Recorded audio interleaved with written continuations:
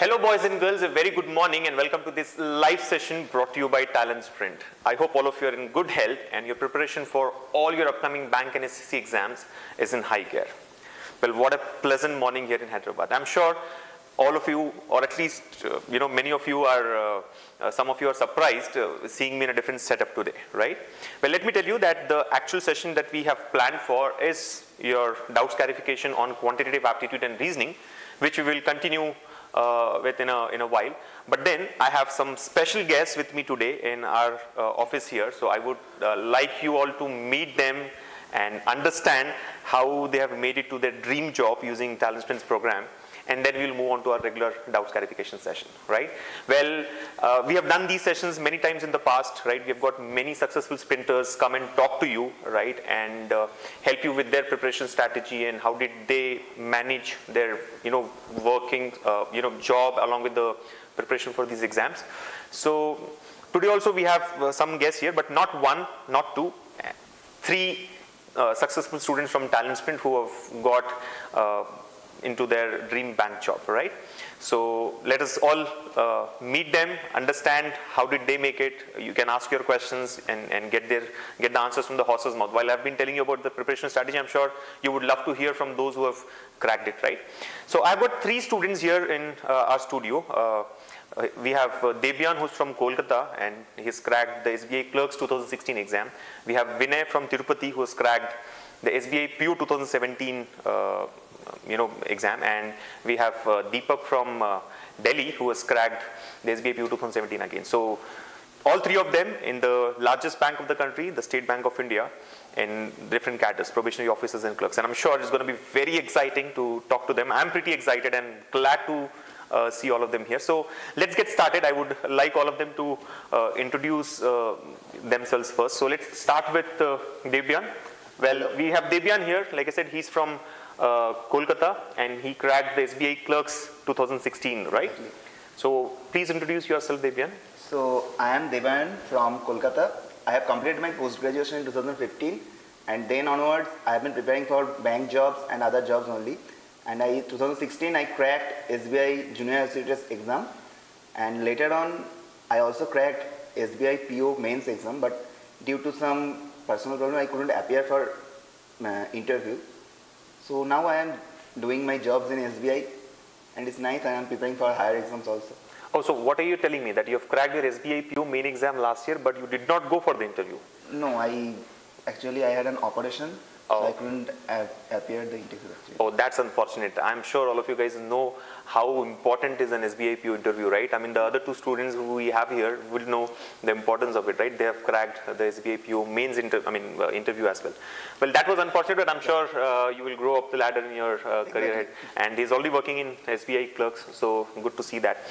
Well, let's move to Vinay. Vinay is from Tirupati, and Vinay, you have cracked the SBI PU 2017, right? So congratulations. Supposedly the toughest exam in the country, right? It is said that the ratio here is 1:1,000 for every job. At least 1,000 people in the 1,000 students in the country are, fighting for it.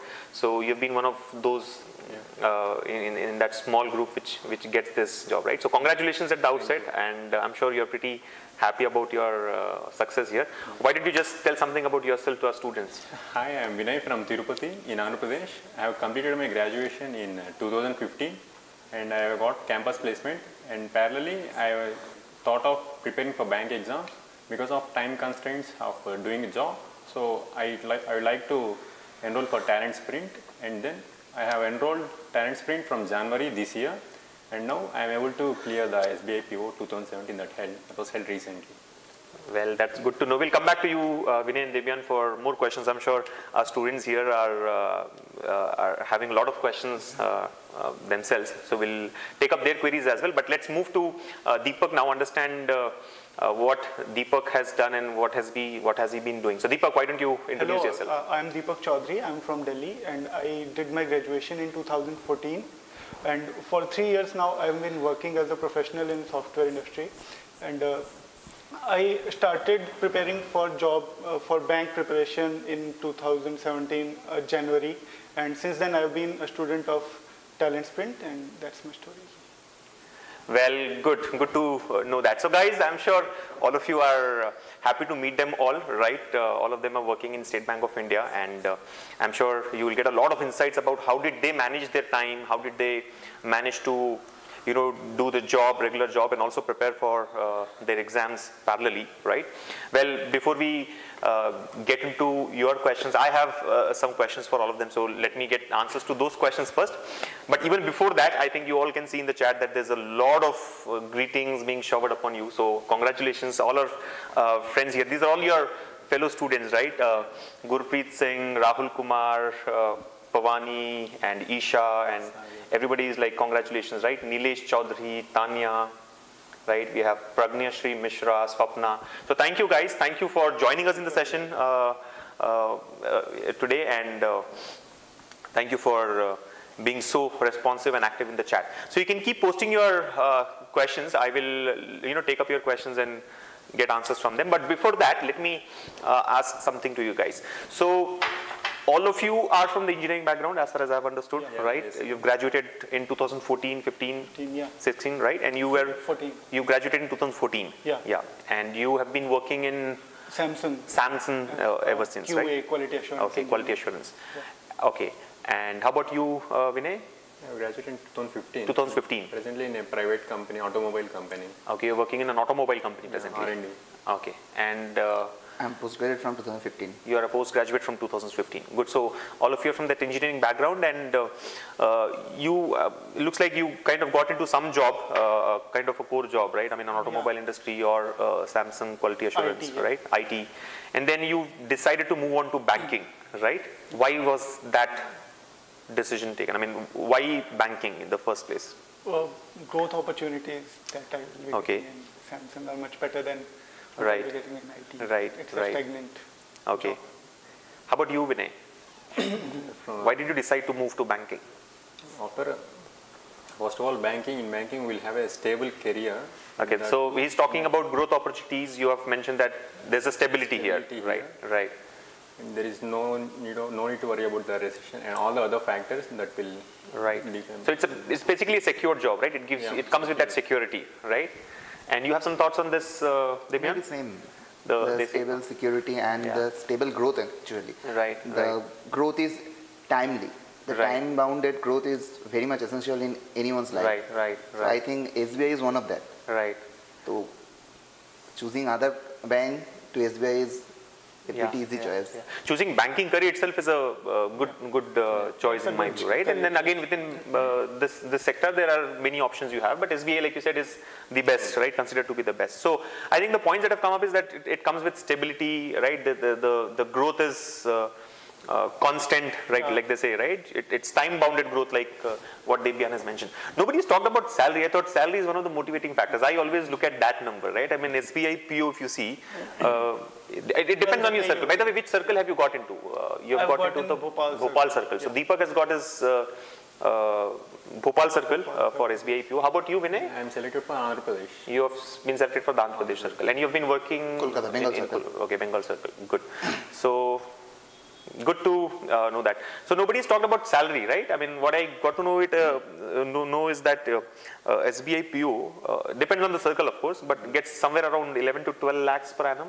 I think that's for the metro cities only. Metro cities only. Yeah. But in other ways, it's a good, it's a good paying job. Good paying, well paid job, right? I mean, handsome salary and allowances and all the other perks. And other perks that other perks are there. Good. So why did you guys decide to join Talent Sprint? I mean, what made you join Talent Sprint? Let's start with Deepak. I think working side by side and coaching, for classroom coaching, it is not very easy to go for classroom coaching when you're working also. So what I thought was, if there is some program that provides me classes online, so that's why I went for Talent Sprint. Okay, so your point is that it was difficult to join a classroom program. So I could really, personalize my whatever the courses were. I could do whatever I want to. Right. Yeah.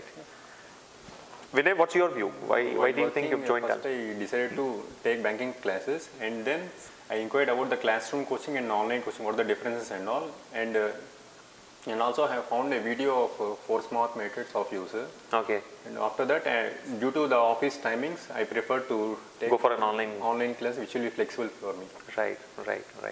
So which video did you watch? You said the 4 smart methods to solve questions. Solve quantitative. And this was on YouTube? Yeah. Okay, good. And how about you, Divya? Same like. All of you got the same reason? Actually, I also watched a YouTube video of you on this, sir. Okay. And it was very interesting to me because I was problem in solving quantitative aptitude in short time. So your video motivated me very much. Okay. So I used to practice all those short techniques, and then suddenly I thought that why shouldn't I join this course? This is giving me ease of access to access anytime from anywhere. Right. Other than any online, there was not so many online coaches actually in India. And for you, and the ease of access was the main two parts, motivating factor for me. Good. So one common reason that I see across is that, you know, the ease of access, right? The platform gives you anytime, anywhere learning, and it is best suited for you know, working professionals because their timings usually clash with the classroom coaching hours, right? And this gives you the flexibility to learn anytime you want. So I think that's one common reason that all of them have gotten.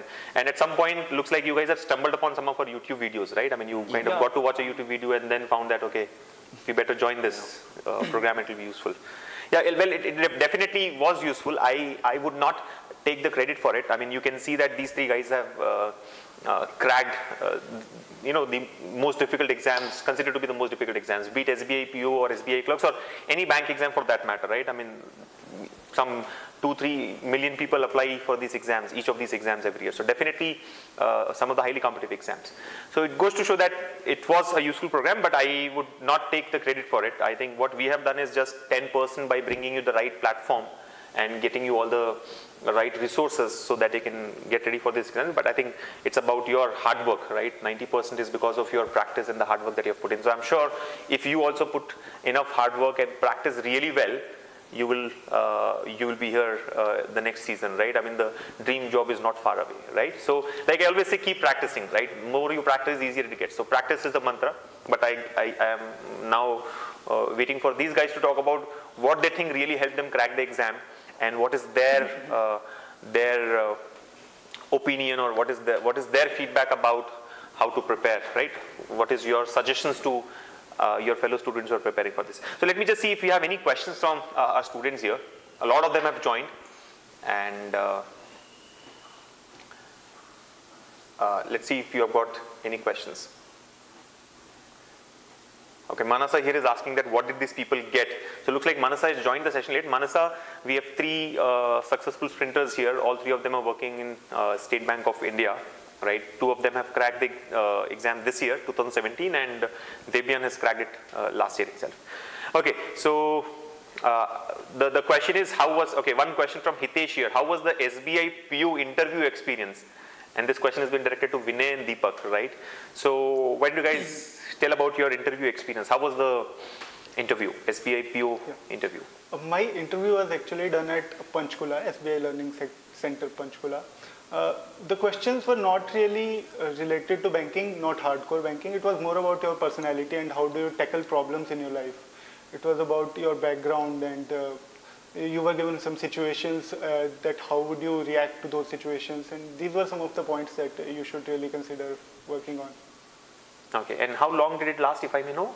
It was for 15 minutes. That's it? For 15 minutes, yeah. Okay. There was a GD and group exercise also. Right. So that was for 45 minutes total. Okay. And how was your experience, Vinay?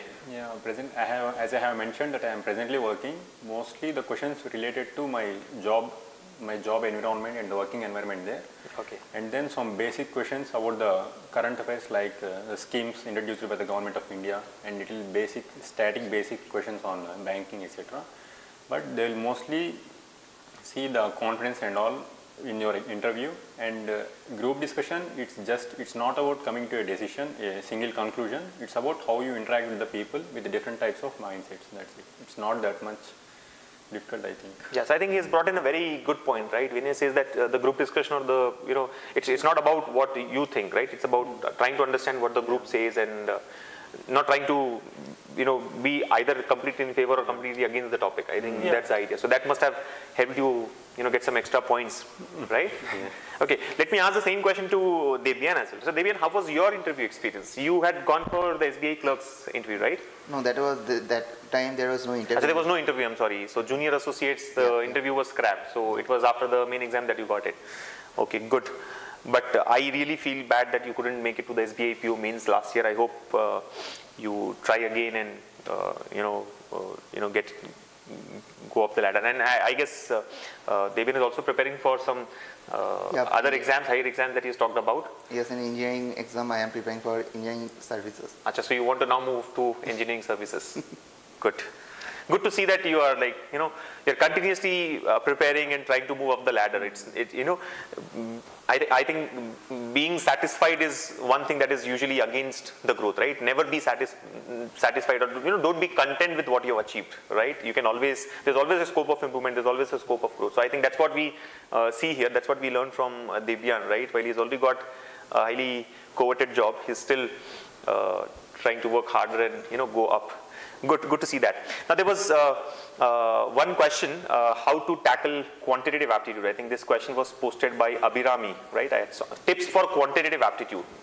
So who would like to answer this question? Tips for quantitative aptitude. Tell me, how did you find, what is your view about quantitative aptitude? This is one subject that I teach, right? So is it like difficult for you, easy for you, very difficult, very easy? What's your view? I had to work on it. You had you had to work on it. And what's your view, Vinay? Before joining this talent sprint, I used to calculate in a very conventional way. I even don't know about the smart method. I even don't know the smart method how to apply. I know only there were some shortcuts. I even don't know how to apply them also. Then after enrolling into talent sprint, I got to know the smart methods through different methods, as you have said in that video. Right. Through that video only, I got to know something about quantitative, how to solve them in a quickest way. And then I enrolled. The major techniques were already told by you, covered by you in the video, and then the main key is to follow a specific strategy while solving in the exam. Right. And what's your view, Debian? I think what you said in a video, that mathematics is only about calculation. Right. So the more you calculate, the faster you get.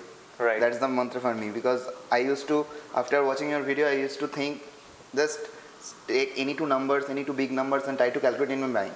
So initially it was tough, but later on I keep on going, and it's helped me very much. Okay. And at the exam, I'm saying that I scored in SBI Preli around 90 marks.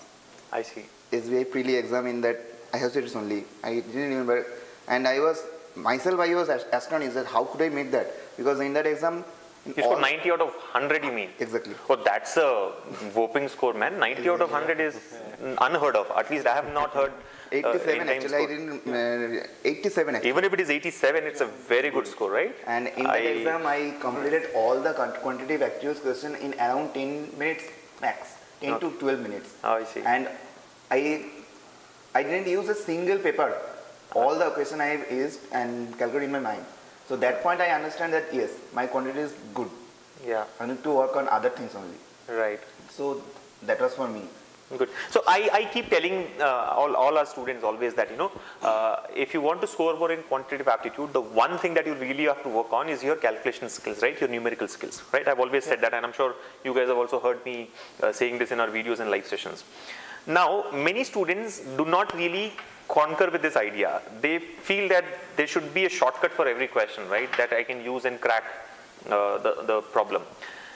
While those who understand, they start practicing and go forward, but it's hard to digest. So do you all think that this really helps? Like Debian has mentioned that doing calculations mentally really helped him. What is your view? Do you all think that it actually helps, or you have a different opinion?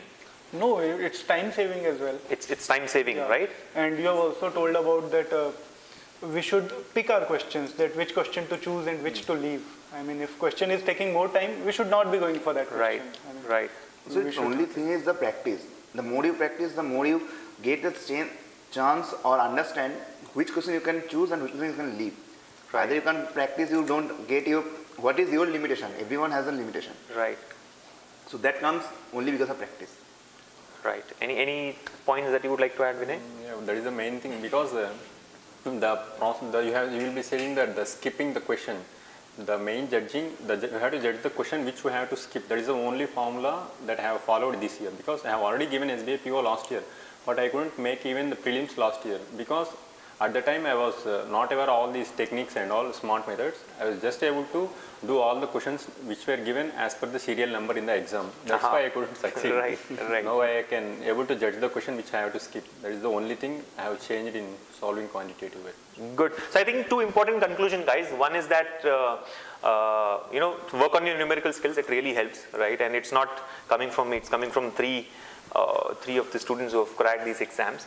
And I think the other important point that they've brought up is choosing your questions wisely is very important, right? You should know which questions to answer, or more importantly, which questions not to answer, right? Because it usually happens in reasoning where we get stuck with the complex ones and, you know, end up wasting a lot of time. So you have to be very, very cautious when you are choosing the questions, right? I think these are the things that help you score more and boost your chances of selection. It's not that shortcut formula or the technique, right? It's about how you behave, how you react to a situation during that 1 hour of your exam, right?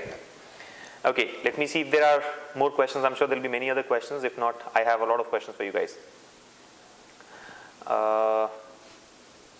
So this question has come from Manasa. Manasa's question is that I'm a software professional and how can I spend time on this course? So basically what I think her question is that, you know, while I'm working, how do I manage my time, right? So good part is, you know, many of them here are actually in the same zone, right? I mean, they've been working while they were preparing for these exams. So let's hear from them. Who would like to answer this question, right? How did you manage your time? How do you spend time on the program when you were working parallelly, right? It's difficult. I think I have heard many students tell that, you know, I have a 12-hour long job and then it becomes difficult to prepare.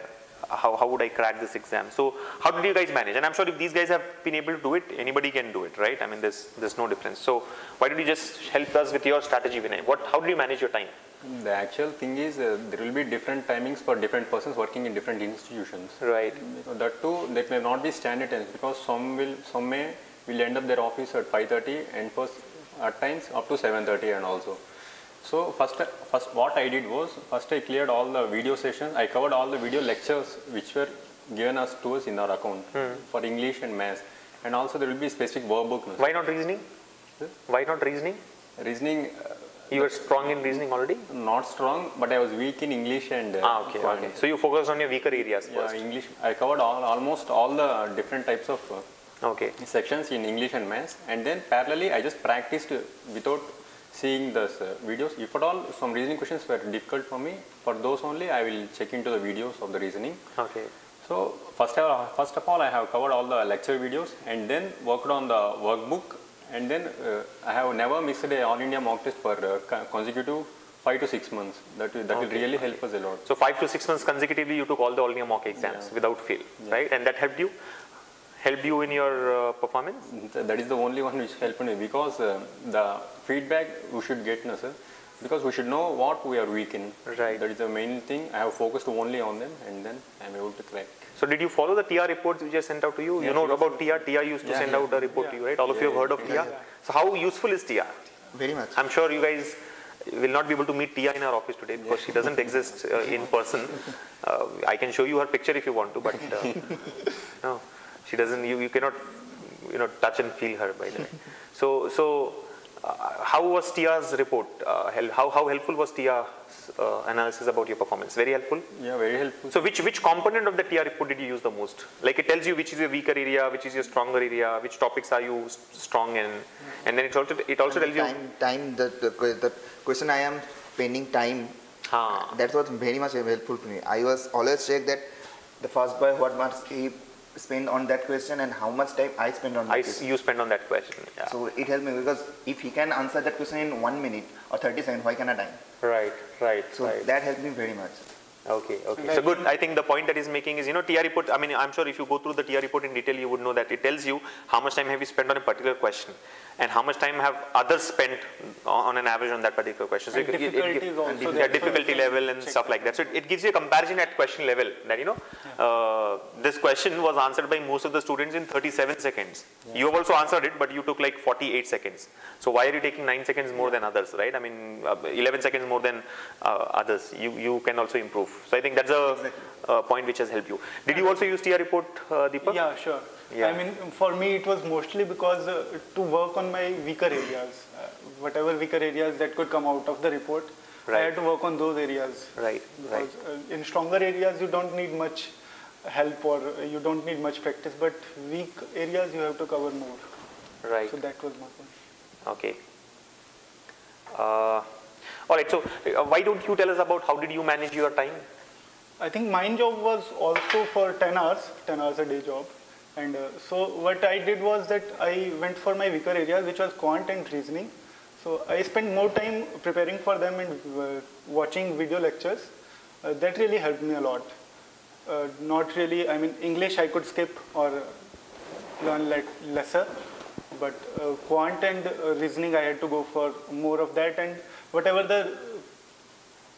the weaker areas were there in quant, like I had to go for work time distance and interest rate. So I spent more time practicing them rather than other areas like permutations and combinations and other topics. Okay. So my point was that since with talent sprint I can do that, what I can do is I can choose the topics which I want to study more. Right, So right. that is not possible. Yeah, there's a limitation when you go to a classroom program, right? I mean, time and work will be taught for 2 hours, time and distance for 2 hours, right? I mean, if you want to spend more time on time and distance, you can't really do it there, right? But here you have I could do that with talent sprint. I mean, with online course that is possible. Yeah. So that was my point, that you can work hard on the areas. You can choose the areas, whichever area you want to work on, and you can really get better at that. Good. But I think a more direct and precise question that I have for you, I mean, having read these comments now, is that, how did you actually spend 24 hours of your day? See, while you've given a view as to how did you start with your weaker areas. Like he had mentioned that he started with quant and English language, right?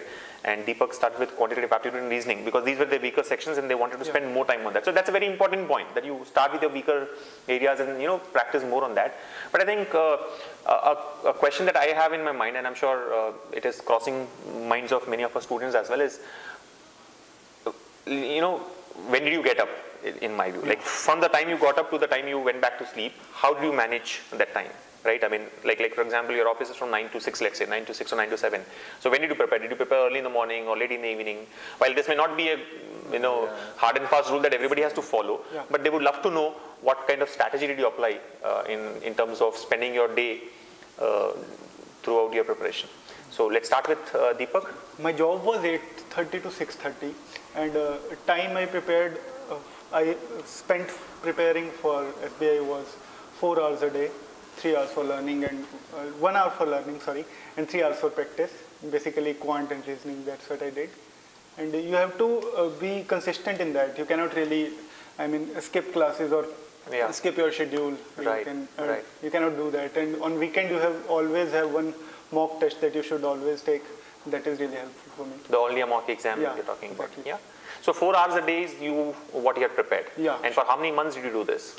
I've been doing that from January 2017. So Jan 2017, and the prelims exam was in April, somewhere in April. April so 4 months of 4 hours a day preparation helped you crack the prelims exam. I think that was enough. Which I'm sure is easy to do, right? I mean, 4 hours per day is a manageable time. I mean, however stringent your work timings may be, 4 hours per day can be extracted. I mean, cut down your sleep. I mean, my view is that even if your work is, let's say, working hours are like 14 hours, right? You can sleep for 6 hours. You cut down on your sleep and spend the rest of the time in preparation. So 4 hours a day for 4 months helped you crack the prelims exam, and then you continue with your main exam preparation and stuff like that. The same strategy. Yeah. But did you prepare early in the morning or late in the evening? Like what? Are you like a night out? You used to night out, huh? Yeah. Okay. And how about you, Vinay? Yeah, I just have a habit of studying up to late night, but I don't even remember exact hours I study per day, because some days I'll feel tired and go directly to sleep, and sometimes if I got very much interest, I'll continue studying. But rather than these timings, I'll fix this topic should be covered in this day. I'll follow like that, and I'll cover all the topics that I wish to learn. Okay. It's not the timing. I didn't even know. Some days I didn't study even for couple of weeks or something. Not continuously, but at times when I feel tired. When I have interest, I'll study to follow. Right. Well, everybody has his own style of preparation. And I think what I believe is you have to be comfortable in what you're doing so that you can make the most out of it. Like Deepak's view was that you have to be consistent. You can't be skipping out on anything, right? I mean, you have to be regular in preparation. But on the other hand, we have Vinay, who feels that I was not really ready to prepare that day, and I thought I should better go to sleep or go party. I mean, I'll prepare when I'm in the right mood so that I can extract the most out of those hours that I spend, which is the right thing. Any view that you have on this, Divyan? For me, there was no fixed time schedule for study. I used to do every mock exam, anywhere from anything, to give one mock exam every day. Right. But for study, whenever I get time, I used to study for 4, 5, 6 hours at a stretch, because I choose such kind of job that give me that privilege. And when I don't get that time, I'm just relaxing and enjoying. But one thing I always do when I was preparing, that mental calculation I always used to do. Whenever I am doing something, I used to just check on. I have an app in my mobile, which you told, those small games like that. Right. So I used to play those games, and I used to do the mobile in a proper way. So playing those games and doing little bit of puzzle and little bit of calculation, always in my mind. It was always going on in my mind. Right. So that was actually my preparation. And for study purpose, I didn't have any fixed study hours. Okay. 2 hours, enough. 2 to 3 hours per day is enough. Huh? So guys, it's not really difficult. I mean, if you see 2 to 3 hours per day, or about 4 hours per day is what Deepak had mentioned, is more than enough for you to crack any of these exams, right? Okay, now there's one more question specific to a subject, right? I mean, this has come from Pavani.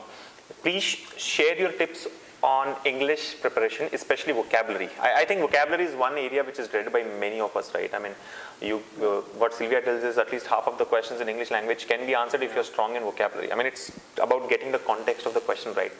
And I always in my preparation strategy mention that, you have to at least learn 10 to 15 words a day, so that by the time you go for your exam, you enrich your vocabulary, you get a lot richer in terms of your vocabulary there. But then it's easier said than done, like they say, right? So what is your strategy? How did you, did you really work on vocabulary in the first place? And if you did, how did you manage? How do you manage English language? I mean, that's the question. We have talked about aptitude already, right? And then it's about English. So how did you manage English language? How do you prepare for English language, especially on vocabulary is the question. So let's start with Deepak again. Okay.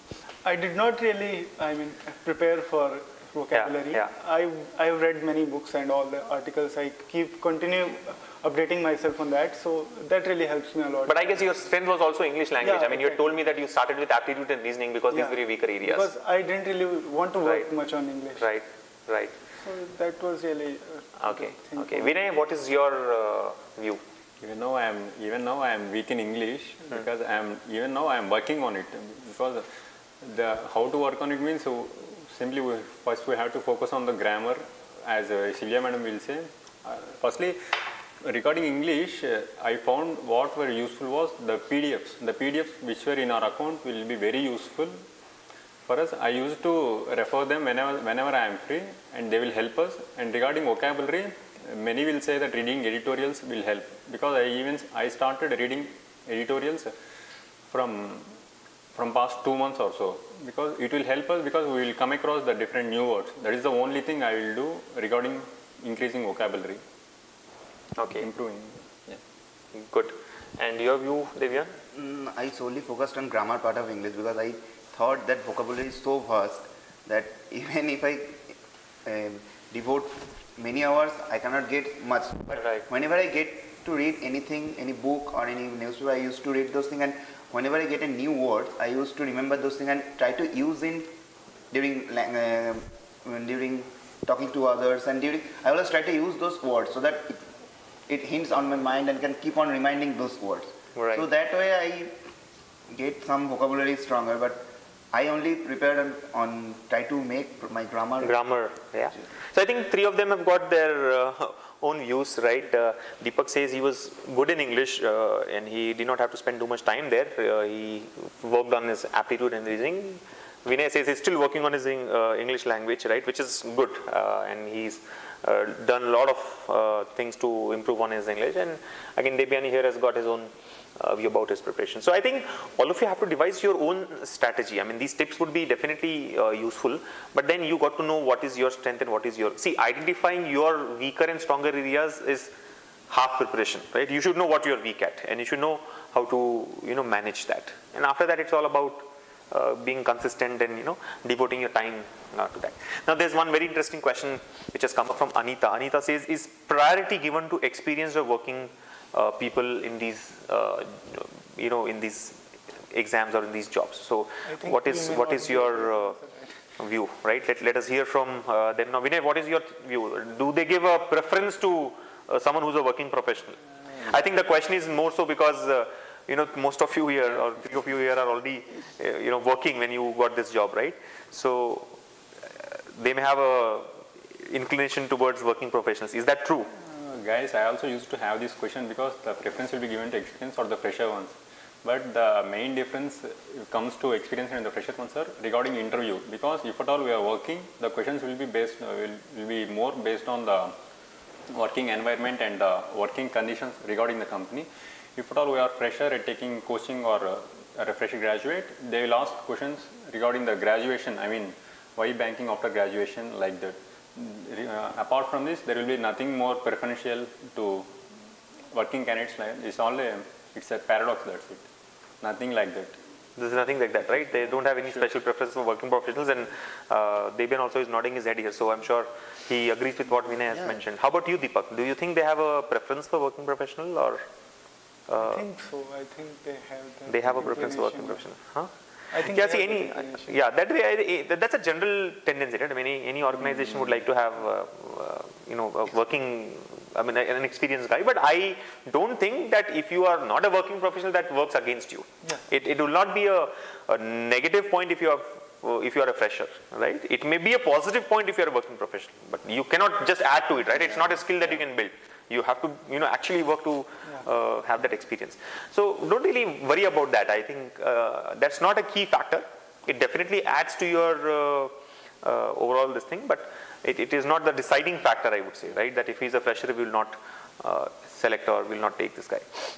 Okay, how many mock tests did you take per day is the question that has come up. How many tests per day you guys used to take?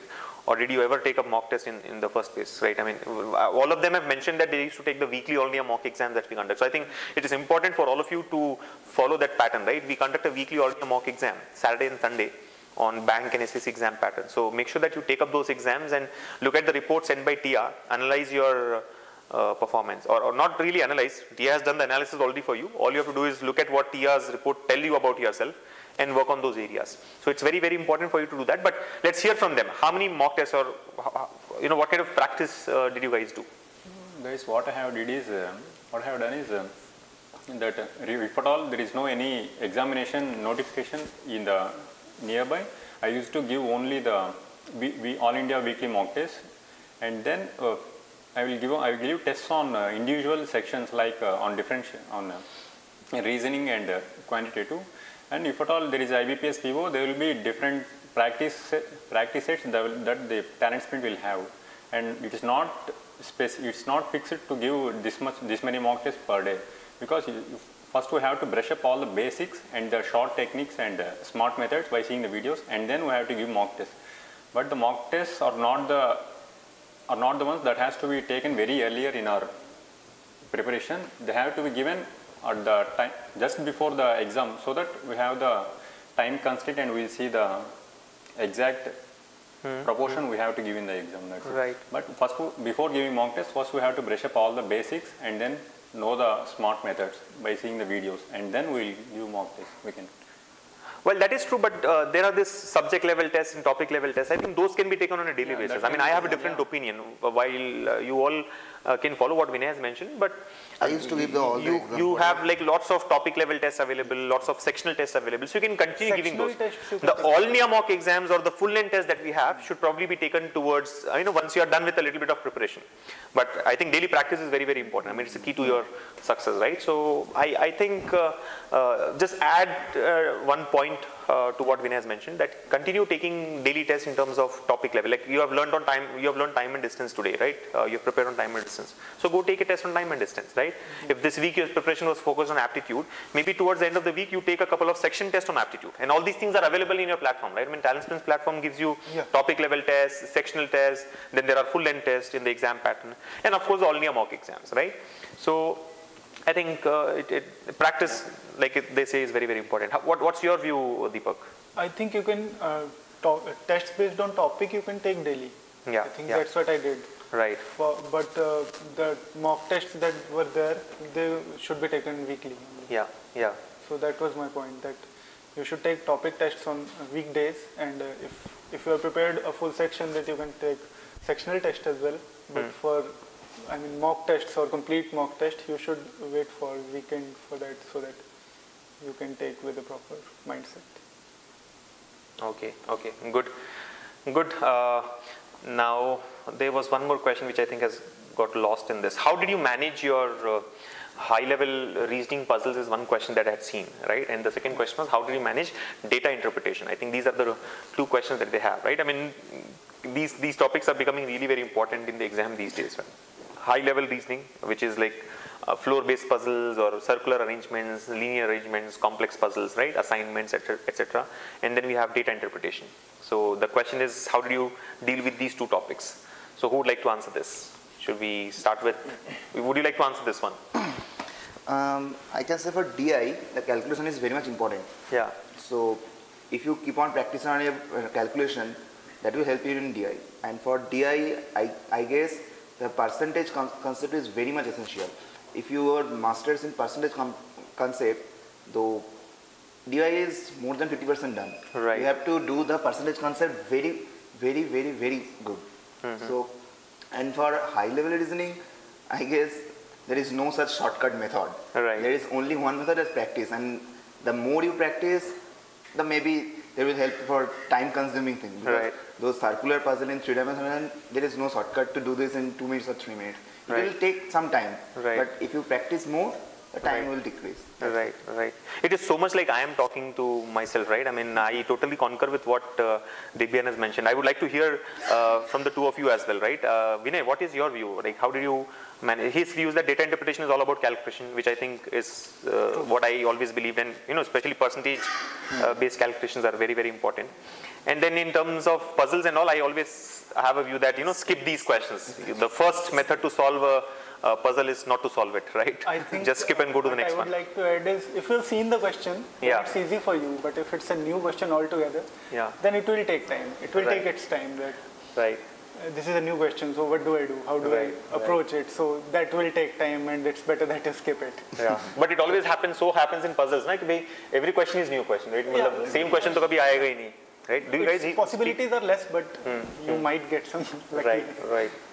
Yeah, I wish we could predict papers for you guys and give you that ये important question ये आने वाला है, like school में होता था ना कि sir important question कौन से हम पूछते थे, right? तो टीचर ने बोला ये 4-5 क्वेश्चन पढ़ लो, पास तो हो ही जाओगे. बट ऐसा कुछ नहीं है यहाँ पर, right? There is nothing like that. Type of question you can say. Type of questions, yes. I mean, we for sure know that there will be questions on complex arrangements. We know that questions will be there on. Higher reasoning में type of question ही नहीं आता, क्योंकि इतना वो लोग puzzle को इतना puzzling बनाया है. हाँ, puzzle को सच में puzzle बना दिया है मतलब. तो उसमें better to skip. हाँ, better. It's the best option. Yeah. मतलब हर बॉल पे छक्का नहीं मारना है ना. You don't have to hit every ball there. So smart are those who skip these balls, right? Good. And what do you think should we do for data interpretation? I think practice. Practice is the main thing here. Practice is the main thing, he says, for data interpretation. Huh? Yeah. Practice what? Practice on more questions, of course? Yeah, obviously, the more you practice, the better you get at it. Right. So as he said that more about percentages. Numbers and all that stuff. Yeah. Achha, tell me this. I think I should ask this question. This is like a teacher asking questions strictly to students. No? How many hours did you spend on numbers, by the way? I mean, I so wish sometimes that I was a classroom teacher, where people come in classroom and every day पूछो कि बताओ कल practice की या नहीं की, और नहीं की तो बाहर निकाल दो क्लास के. But वो luxury नहीं है हमारे पास ना, मतलब आप लोग घर पे बैठे हैं, पता नहीं मतलब बैठे भी हैं नहीं बैठे हैं, मतलब we are just imagining कि बैठे होंगे students वहाँ पर पढ़ रहे हैं, right? But like when you're in a classroom, you have to have that, you have to maintain that dignity, that there's this discipline, right? So while it gives you flexibility, it also gives you a lot of luxury, right? मतलब if you're going for a classroom program, I'm sure you just can't go like very casually there. यहाँ तो आप अपने सोफे पे बैठे हो, laptop लेके, फोन लेके, राइट, टांग फैलाए बैठे हैं, पढ़ रहे हैं. बट देन टेल मी कि मतलब सच में प्रैक्टिस करते थे या नहीं करते थे? मतलब एग्जाम क्रैक किया है इसका मतलब डेफिनेटली प्रैक्टिस तो की होगी. But honestly, did you work on numbers all of you? I used to work on numbers only actually. Numbers only. Because to me, what you said that numbers is the most important thing in mathematics. Yeah. Everything is calculation and numbers. So if you keep on practicing on numbers and calculation, it's done. It's 80% done. Right. So जब भी हमको time मिलता था हम numbers के लेकर ही play करते थे. कुछ भी नंबर ले लेते थे, 2 3 3 डिजिट नंबर 2 डिजिट नंबर, उसको कैलकुलेट करते थे, सोचते थे इसका स्क्वायर क्या है, क्यूब क्या है. हमेशा ये जर्निंग करते थे हम in my mind. So it helped me. Good. अब बाकी दो भी अगर ऐसा ही कुछ बोल देना तो मेरा कॉन्फिडेंस इंप्रूव हो जाएगा कि हाँ नंबर्स प्रैक्टिस करने से डेफिनेटली स्कोर इंप्रूव होता है, right? So thanks to Divya. Let's hear from Vinay and Deepak as well. Vinay, did you spend time on numbers? Yeah, of course. First of all, what we have to do is after seeing your, if even in data interpretation or maths, we have different sections. Even in ratios and percentage averages, in every concept we have to first calculate. Therefore, there should be, first we have to learn about the techniques how to calculate quickly. For that, we have some videos in the starting of our quantitative section in our account. There will be given on how to calculate squares and all. First, we have to study all those and we have to apply them while practicing. For the practicing, I used to give daily tests which are given only on simplification. We have to give 20 bits per day. Right. That will help us a lot. After having seen the sessions, then we have to practice them first, because we have to apply how these techniques have to be used in the exam. After spending those techniques, we will calculate quickly so that we can apply them in every concept, like in data interpretation, ratios, or in miscellaneous questions, all. So we have to spend videos and then we have to practice on daily tests. It will help us in exam very much. Yeah. ये सब सुनने में कितना मतलब it feels so good to hear all this. I don't know if people really do this or not. I mean, I'm happy hearing you guys. Let's hear from Deepak as well. Deepak. I think type of questions that we cover, that really covers all the basic mathematic functions. Multiplication of 2 numbers or 3 numbers or squares or cubes or division. You get that whenever you are practicing any any time and distance question or any percentage question or anything ratio based question. Yeah. You will put those tricks into you will put those tricks into use. So that has helped. I mean, you don't really dedicate much time to that daily. You don't really need to put much time into your basic mathematics questions, but just that the topic that you are covering, that will cover all the basic mathematics also. Yeah, yeah. So, it's like music to my ears, huh?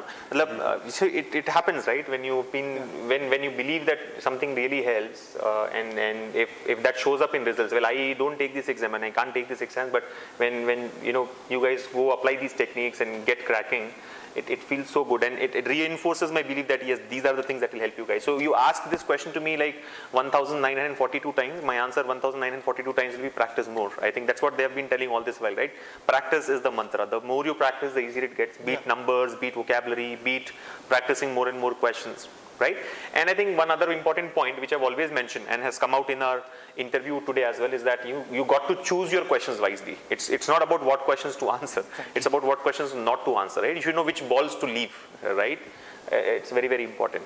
Now there are other questions coming in, but I have like 2 general questions to ask you guys, and these are on the not about exam strategy or anything, but on the personal front. Like, were you never demotivated? Like I come across a lot of students, they write to us emails and messages and through chat we got to know that I am demotivated कि भाई I can't do this, ये नहीं होगा, right? अंगूर खट्टे हैं types. I'll not be speaking much of Hindi because there's a feedback that we should be speaking only English. So let's cut on the Hindi part. But were you guys never demotivated during your preparation that I can't do this or it's too difficult? I think this would be this would be really important if you have taken exams and failed, right? Like I don't know how many exams have you attempted before this, right? If you can talk a little bit about that, like how many other exams did you take and how many times you failed. Like for example, I had one student who had come last year. His name was Roshan. I always take his example, right? He also cracked SBI PO and he's in the Karnataka circle today, right? Working as a probationary officer. He told me that he failed in 19 exams before he cracked the SBI PO. And I was like, man, you must be like a real patient guy, right? I mean, having failed 19 times and then getting into SBI as a probationary officer is a big success, right? I mean, it goes to show how much of dedication and hard work he had put in, right? So like they always say, your failure is not a failure when, I mean, it's not the failure in the exam. You don't really fail when you fail in the exam. You fail when you decide not to, give another shot, right? So I think you have to come back, you have to bounce back. But then, were you ever demotivated during your preparation? I think this was my first exam, so. So lucky you are, huh? No, you can say that I've worked hard. What do you mean I'm lucky? I have worked hard for it. So I'm not really sure that I was ever demotivated for that. But you have to be motivated. I mean, you cannot really let it go. Yeah. You should work. So what should one do to keep himself motivated or herself I think it's the goal. Yeah. That I have to reach there and I have to be a SBIPO or whatever exam that you're taking. So you should really work for that, and demotivation is not something that. Yeah.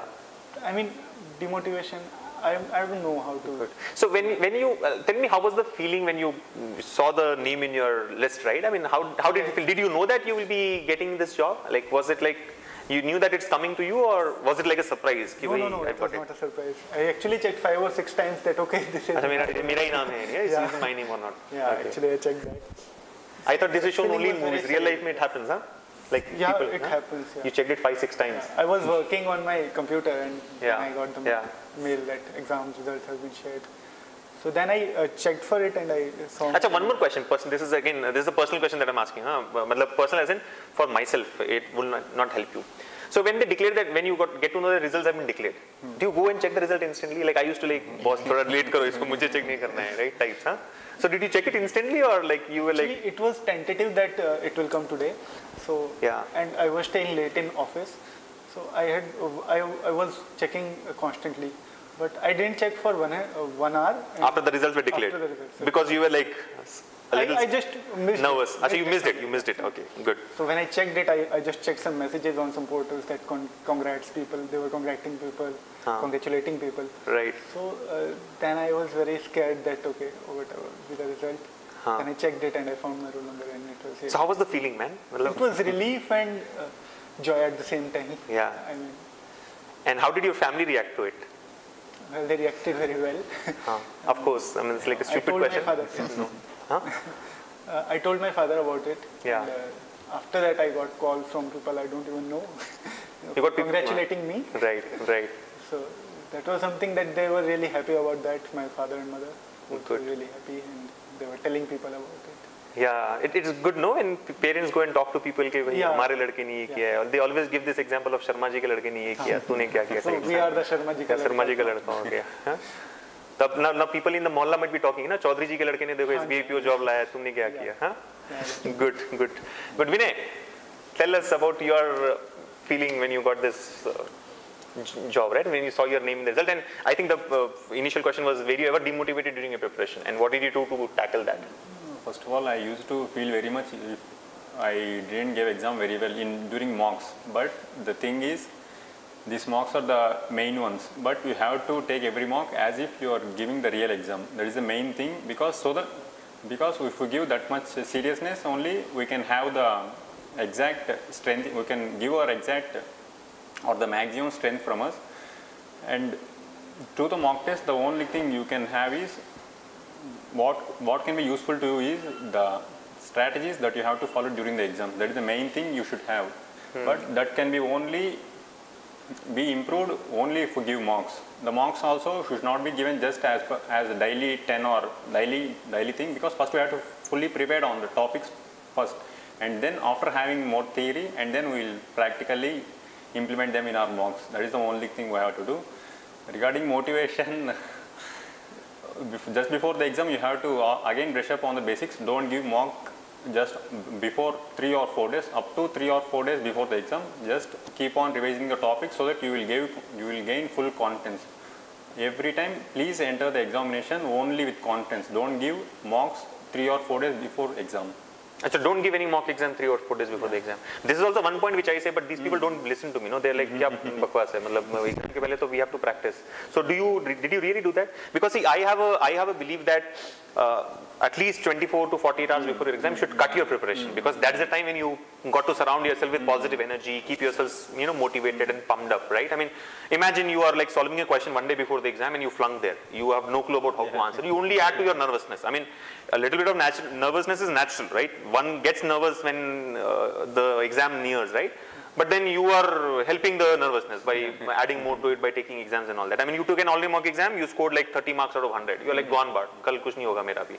So that's the reason, that's the precise reason I ask people not to take exams at least one day before the real exam, or not to participate in the live session one day before the exam. And I think he is also a believer of the same, right? Good. So I think continuous practice is what he had said. Keep practicing and brush up your basics and walk into the examination center confidently. Yeah. Do you have any view, Divyan? Actually, before joining SBI as a clerk, I appeared for IBPS and various exams.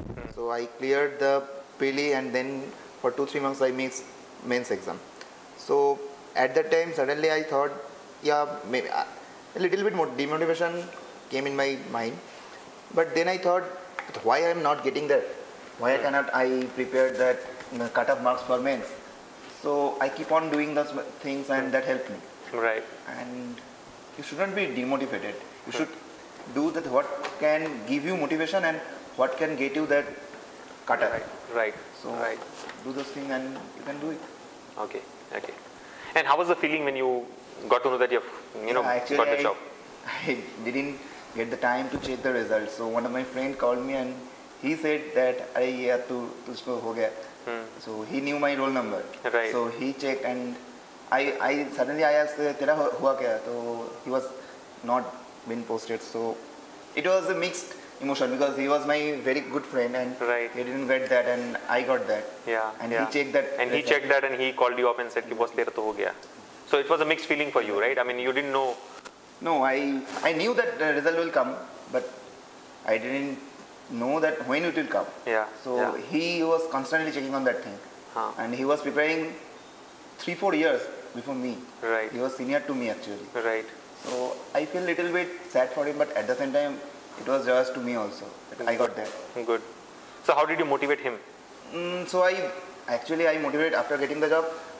My only duty was to motivate him only. And right now this year he got in SBI, not SBI, he's IBS PO, he cracked. The mains exam he has cracked? The mains exam is coming up now. He joined in 2016. Achha, he joined. So this is good. You cracked the junior associate exam, motivated him, and he cracked the PO exam. Huh? Good. IBS PO UBI exam, he cracked. So think of changing your career, get into this motivation field. You can make better careers. You can help your friends. I help 2-3 friends of mine that if I can, why you can. If you can, then why can't this? Good. And so basically you didn't know how that you have cracked it. Good. Vinay, how was your reaction when you got to know that you got the exam? I mean, you got the job. After mains exam, I used to think and make calculations because how much weightage for the, how much the person, there is some ratio, no, sir? They have called for interview this much candidate, this many candidates, and they will say how many. That means the ratio is for one job, how many persons are there in the competition. They usually call 1:3 ratio. Like if there are 2,200 jobs, they would call 6,600 students. And I think maybe I will be in the border of the mains exam. Maybe I may not qualify or something. But if at all, if you feel the exam is very difficult to you, it will be difficult for everyone. It's not only for you. That is the main thing. But what are all questions that you can answer, you should answer. That is the main trick that you have to follow. You should not go for the difficult ones because they will be the question will be difficult for everyone, not only you. That's all I can say. Nothing. It is difficult for all of us. No, I mean nobody has come from Mars, so leave the difficult ones and just solve the easier ones. It's all about choosing, again the same point. Choose the questions wisely. If there are like 4 tight balls in an over, there will be 2 loose ones, and you can convert those into runs. Right? Don't try to hit every ball that is thrown at you. Okay. Good. So I think I am largely done. I don't have any more questions. I'm sure I would interact more with them offline after our doubts clarification session, which is gonna follow this immediately. And there don't seem to be any more questions from our students as well. But I'm sure all of you have had a nice time interacting with them. I think a lot of insights have come in terms of how to prepare, how to manage your time when you're working, right? How to prepare on aptitude, or how to deal with reasoning, or how to deal with English language for that matter, right? Interview and stuff like that. But I think to summarize, what I would say is it is all in your hands, right? I mean, we have got all the right resources for you guys, which is doing 10% of the job, I would say. 90% lies in your hands, which is just to practice more and more, right? Now, just one round of closing comments before we, finally wind this up. So, if you have to give 3 tips to your fellow students who are preparing with Talent Sprint and otherwise across the country, right? What are the 3 suggestions that you would like to give, each one of you? Let me start with Debian. So, Debian, 3 suggestions for your fellow students here. Main thing is practice. Practice, number 1. Main thing is practice, and I should say right now the pattern has been changed and there is a segregated time for different section. So keep on, I would say, the stronger your stronger point, and make the weaker point at the cutoff level, because everyone has a weak side and everyone has a strong side. Right. But everyone has the same time to do this thing. So if you can make it better in the whichever is stronger, that will help you. Good. And practice. That's it. Practice. So number 1 is practice. Number 2 is, you said, strengthen your strengths and work on your weaker areas so that you just manage to clear the cutoff. And third point is practice again. So it's like a sandwich, right? Practice on top, practice at the bottom. In the middle, you take care of your strengths and weaknesses. What are your 3 tips to our students and your fellow students here? Regarding tips for maths, first we have to, in the exam, I will say how to make a simple strategy in exam. What I followed is, regarding mathematics, we have to first select the questions which we can answer, so that the scoring, we can have a good score. And then if at all time permits, we can try for the other ones. If you feel this question can be solved, you first go for it. Regarding maths, that is the one thing. And regarding reasoning, first of all, skip all the puzzles, whether they were easy or difficult. First give the individual questions. There will be individual questions in reasoning, apart from the puzzles arrangements and floor arrangements. First of all, give all the remaining ones and then go for the puzzles. In puzzles also there will be different things like easier ones and stronger ones. Like in a seating arrangement, we will have all the facing inside ones, and we will have the some facing inside, some facing outside. If at all these 2 were in the exam, we have to select the puzzle in which all persons are facing the center. Like this, we have to choose the puzzles which we feel that we can answer. Regarding reasoning, this is the trick I followed. And regarding English, what I can say, I'm still learning. I'm still learning in English. Yeah. We have to, first you keep on practice on editorials, because they will give the new words so that you can note down. Thereby you can improve your English. Regarding English, rather than studying, we have to practice more so that we can able to detect the errors or something. That's it. Right. So did you mention 3 tips? I mean, you guys are losing the count on numbers. I mean, like the empire was to count number of balls which have been delivered. Right? How many tips did you give? Did you give 3? You gave 1 for quant, 1 for reasoning, and 1 for English. Huh? Okay. In general, 3 tips. I mean, other than subject level, in general, if you have to give 3 tips. In general, first we have to know the concept before giving tests. Yeah. First you prepare the concept. I mean, go through lecture videos, and then only you give mocks. And mocks, the main thing through mocks is analyze it, where you are weak and strong, so that you can focus daily. If at all you are weak in maths, have a daily work on numbers. If at all you are weak in English, daily give an editorial. Daily read an editorial and and note down the words which you are new. Yeah. And regarding reasoning, in reasoning mostly many will have the problem with puzzles. Daily give 3 puzzles or 2 puzzles which you feel difficult, so that you know how to approach them. The main thing is strategy regarding the reasoning puzzles. Good. I think you have given a very detailed view, and I'm sure students would find it very useful, right? I mean, all of you, in fact, but you've got into the individual subjects and talked about it. Chalo, let's move on to Chaudhary Saab ke ladke now. So Deepak, what are your 3 tips to our students? I think my biggest worry used to be that I will not be able to join classroom courses. So Talent Sprint has provided me that platform that okay, I can choose whatever I want to study, and since you have that platform, make sure you work hard on that. So that's my first point. And second would be, you should be wise in selecting whatever you want to study, or whatever in exam as well as studying, that whichever subject you want to study, whichever topic you want to study, and in exam also which question you want to choose and which you don't want to answer. And third is that okay, don't overburden yourself with all the hard work that you do. Just keep it simple, and you should keep it simple and don't really go for what you think that will overburden you or will decrease your efficiency in that matter. So these are my 3 tips. Okay, good. So 3 tips from 3 of them, which makes it 9. So 9 very important insights for all of you. And if you ask me for 3 tips, I have got number 1 as practice, number 2 practice, and number 3 is a little more practice, right? There's no other shortcut, right? This is the only shortcut. The more you practice, the easier it gets. And I think before I close, there's one more interesting question that has come up, and I think these are certain things that all of you would like to know, right? So I'm sure you can read the last comment there from Chandra Neeraj. Why don't you answer? He says, all of you answer this question.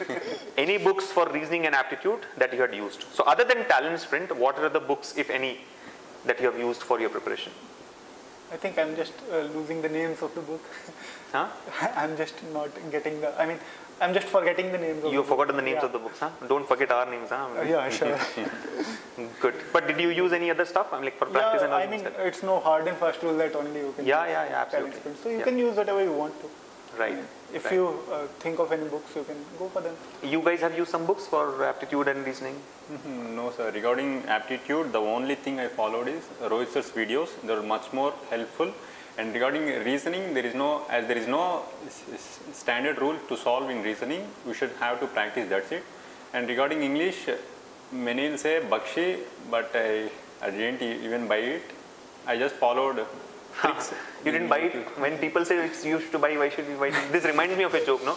They're like 2 friends talking to each other. This is Hindi, apologize for the language here, but the punch will come only in Hindi. So they're like 2 friends talking to each other one day, no?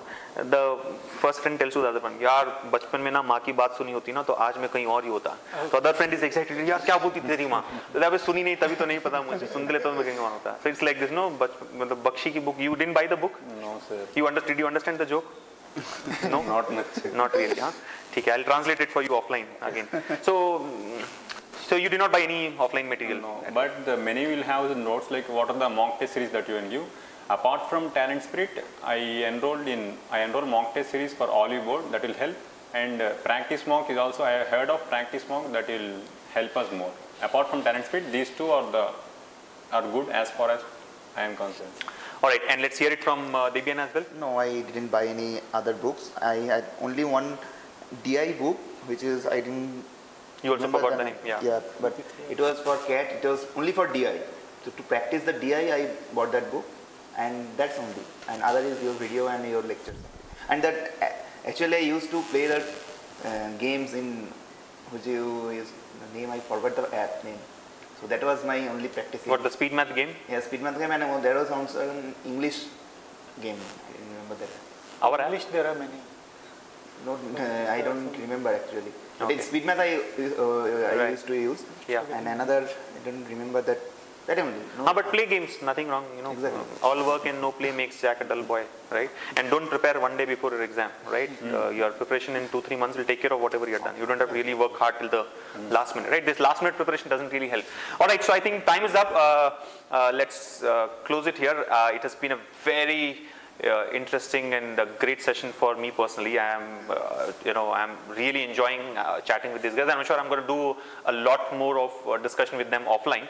But now I'll have to get into the regular doubts clarification session, which was actually scheduled at 11. So I'll meet you guys in some time in our other studio there with the quantitative aptitude and reasoning doubts clarification session. But before we leave here, thank you, Debian, Vinay, and Deepak for giving us this time from your busy calendars, because these are all working professionals, right? And they are yet to get relief from their job, right? All of them have put your paper. You put your papers. Yeah. I think they are getting to. Doing that on Monday. You're going to put it on Monday, right? He got to know his joining only yesterday. He's probably joining 29th of December. Yeah. You said, yeah. So your new year will be in the State Bank of India as a probationary officer, huh? Good. So thank you guys for spending your valuable time with us. I really appreciate this. Thank you so much. I would love to hear a lot from you after my session, and we'll catch up on lunch after this. So, yeah. And thank you all for joining us in this session and keeping up with us. I know the doubts clarification session is to be done. We'll join in the doubt clarification session in some time, maybe at 12:45. So take a break. Let me also take a break. We'll see you again at 12:45 with your regular doubts clarification session. Until then, don't practice for now. But yeah, stay tuned. We will meet at 12:45. And thank you once again, all of you, for spending your time here. All right. Thank you.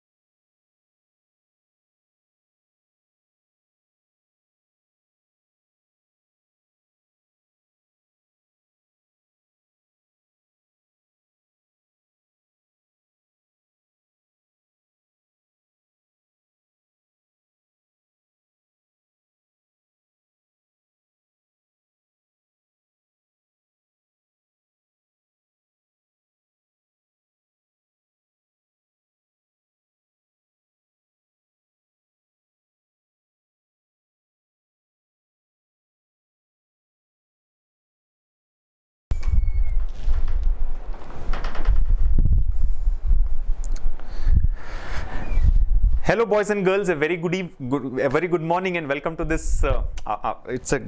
It's past 12, so I should be actually saying good afternoon. So, hello, boys and girls. A very good afternoon, and welcome to this live doubts clarification session on quantitative aptitude and reasoning, brought to you by Talent Sprint. I hope you have enjoyed the first part of the session today, where we had 3 of our successful students visiting our office here and sharing their views and feedback with all of us. And there were a lot of questions asked by you, so I'm sure you've got answers to most of your questions there, and definitely was a motivating session. And that's what I get to know from the feedback and the chat that I see.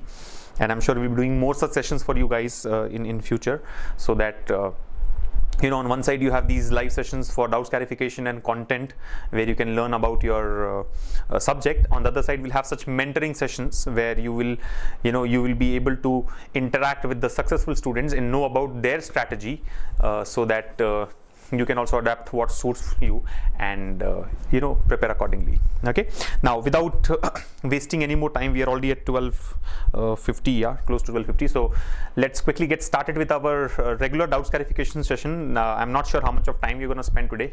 It was supposed to start at 11 actually, but this came in at the last minute. So we will continue now with the doubts clarification of both aptitude as well as the reasoning. I'm sure you must have seen a great turnaround time in responses to your queries which are being posted in the discussion forum, right?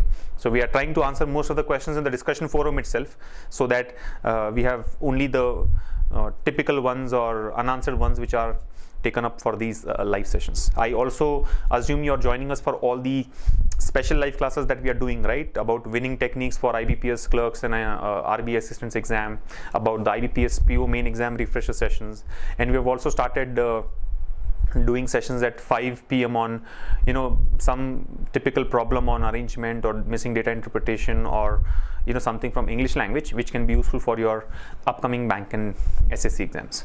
By the way, there has been a change in the SSC calendar for their exams, and looks like all the other exams, all the SSC exams have got postponed, including the SSC CGL Tier 2 as well as the SSC CHSL examination there. So keep a track of all these things and plan your schedule accordingly. Let us now get started with our first question, which is from quantitative aptitude. This was posted by Surya Prakash, and it's a typical percentage based election problem. So let me share it with you, and here it is on your screens now. This was posted by Surya Prakash, right? It says, in a village elections, only 2 candidates contested and 80% of the registered voters cast their votes. The winner got 900 votes more than his opponent. If loser had got 30% more votes, there would have been a tie between them.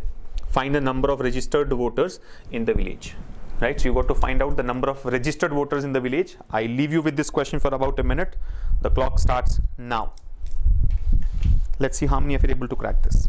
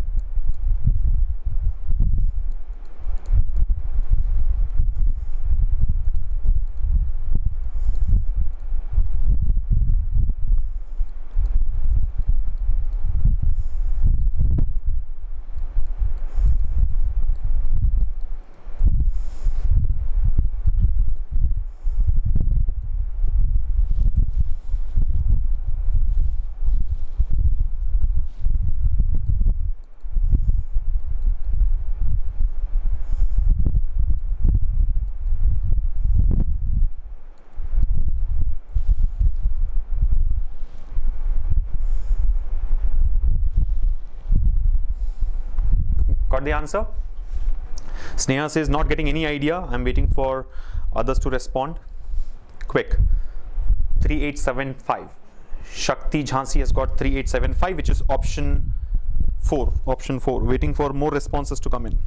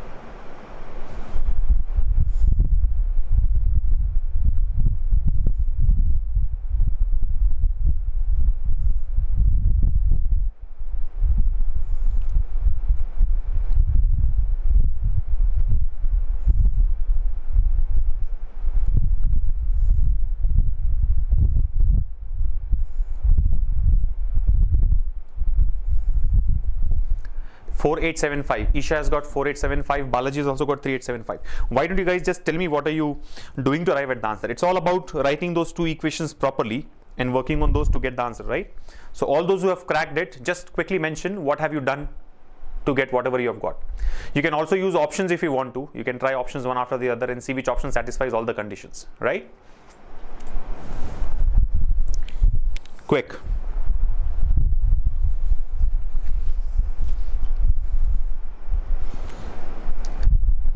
I think more than the answer, the equations are important.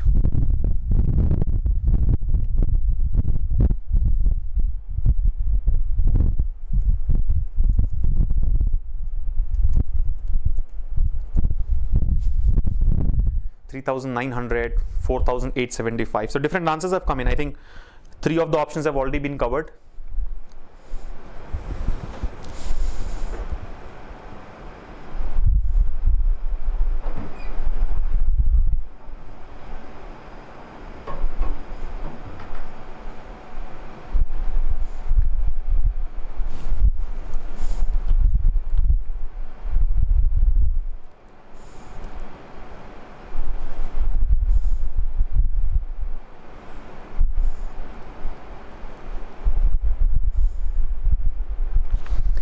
$3,900.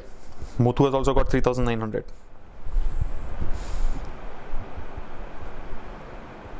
He's asking us to find out the number of registered voters in the village.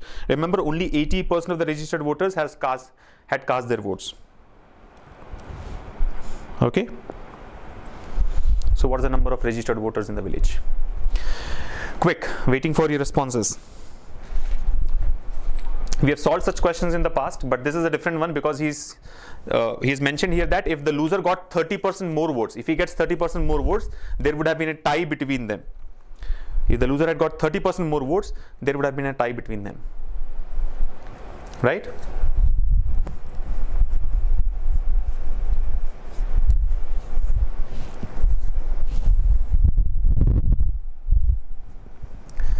So to all those who have got it, why didn't you tell me what have you done? I think 4875 is the most common response. Chandra Neeraj, Sandesh and Isha, all these guys have got 4875. So what are the equations you are using? See, clearly, let's assume the total number of voters are T. 80% of these voters have cast their votes. Or you can even forget about total number of voters. Let us first find out how many votes have been cast. That is 80%. And then from that, we can find out the 100% value. Now, the winner got 900 votes more than his opponent. See, there are only 2 participants. So let's say one is winner, the other is loser, W and L. Now, winner has got 900 more votes than his opponent, meaning what? W equals to L plus 900, right? W is equal to L plus 900. What is the next equation? That is important. The next equation says if loser had got 30% more votes, there would have been a tie between them. Now, how do you frame the equation for this sentence is the question I have for all of you. The first sentence is easy. W equals to L plus 900. The second sentence is what we need to work on. How do you write the second equation? Ramalakshmi has got 3009. How do you write the second equation? It says the loser had got 30% more votes. There would have been a tie between them. There would have been a tie between them.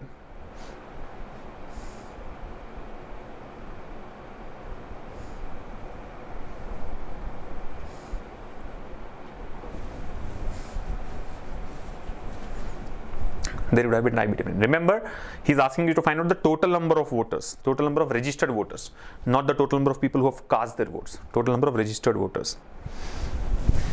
You can go by options if you want. I mean, if you're good in numbers, you can just play with numbers to get the answers.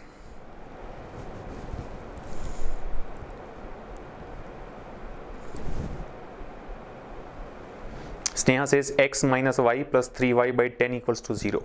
What is that?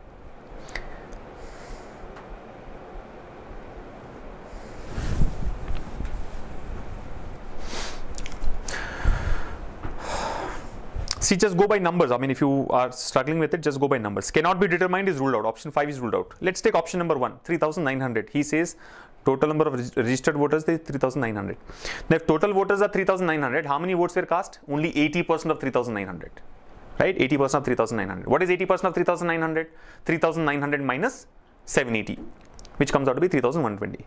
Now, distribute this 3,120 in such a way that one person has got 900 more than the other person, and then satisfy the other condition. I'm sure when you do this math, you will figure out that it doesn't satisfy. So maybe you go for next option and accordingly you find out. Yeah?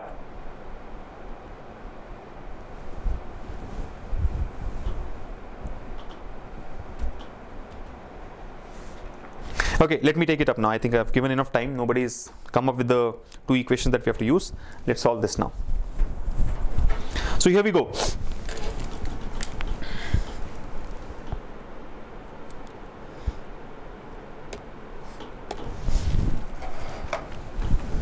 Look at the question. In a village elections, only 2 candidates contested and 80% of the registered voters cast their votes.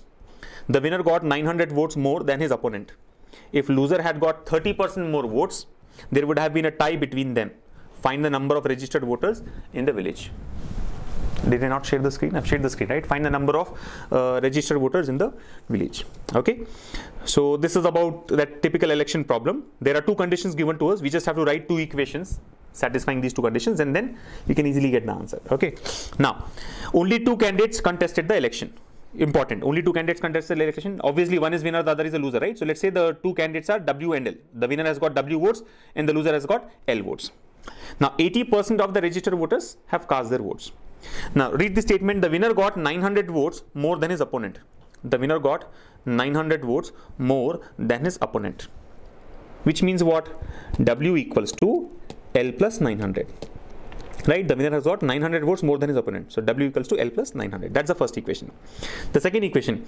If loser had got 30% more votes, there would have been a tie between them. If the loser had got 30% more votes, there would have been a tie between them. Right? Now understand that the vote distribution, the total vote distribution has happened only between winner and loser. He says if the loser had got 30% more votes. So loser had got 30% more votes, meaning how many votes will he have? L, he already has got L votes plus 30% of L. He already has L votes, he'll have 30% of L. Now there would have been a tie between them. There would have been a tie between them in what? The total of loser now will be equal to the total of winner. L will be equal to W. Now the point to be noted is these 30% votes have come from where? These 30% of the votes, 30% of L has been added to L, the original L count, right? This should be subtracted from winner, minus 30% of L. This is very, very important. First equation is simple. The winner has got 900 votes more than his opponent. So W equals to L plus 900. Second equation says loser has got 30% more votes. See, if loser has got 30% more votes than himself, which means 30% of L, winner will get these number of less votes, right? Where will these extra votes come from? From winner only. Yes or no? It's not that the number of people giving the votes have increased. Number of people who have cast their votes have increased. That has not happened. What has happened is loser's count has increased by 30%. So this is 30% of L. Now this 30% of L should be removed from winner. Only then the equation is balanced. Otherwise you will get a wrong answer, right? This 30% that you have added to loser has to be removed from the winner's count, right? Then only it becomes a tie. You cannot say L plus 30% of L equals to W. Or you cannot say L plus 30% of L equals to W plus 30% of W. W minus 30% of W. Right? Subtract 30% of L. Don't subtract 30% of W.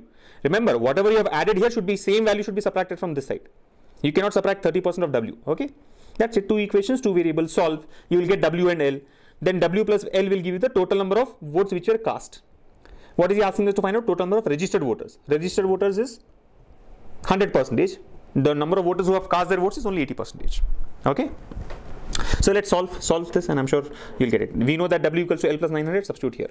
So we get L plus 30% of L equals to L plus 900. See, W is L plus 900, I'm substituting that, minus 30% of L. Solve for this, what happens? L and L gets cancelled on both the sides. 30% plus 30%. 60% of L equals to 900. 60% of L is equal to 900.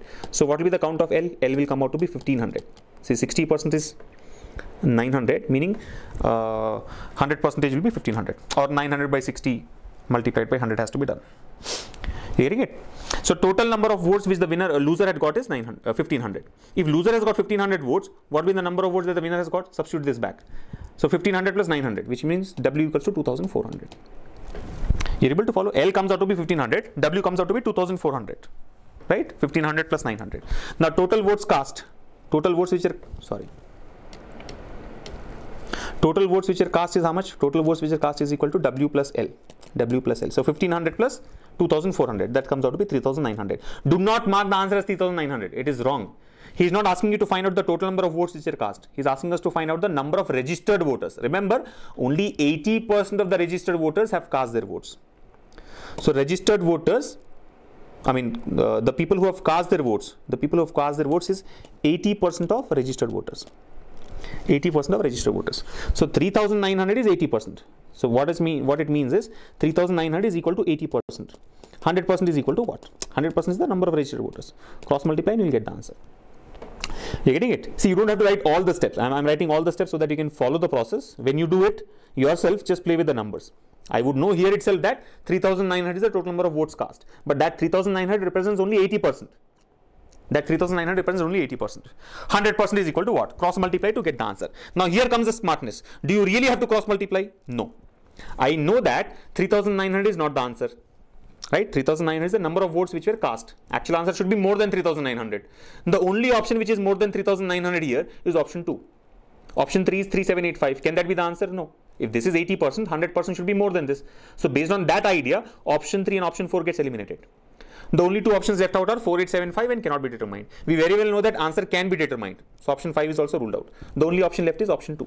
Hence, your answer to this question will be 4875. I repeat, what is smartness? Smartness is not solving it this way. Smartness is realizing the fact that the only possible answer is option 2.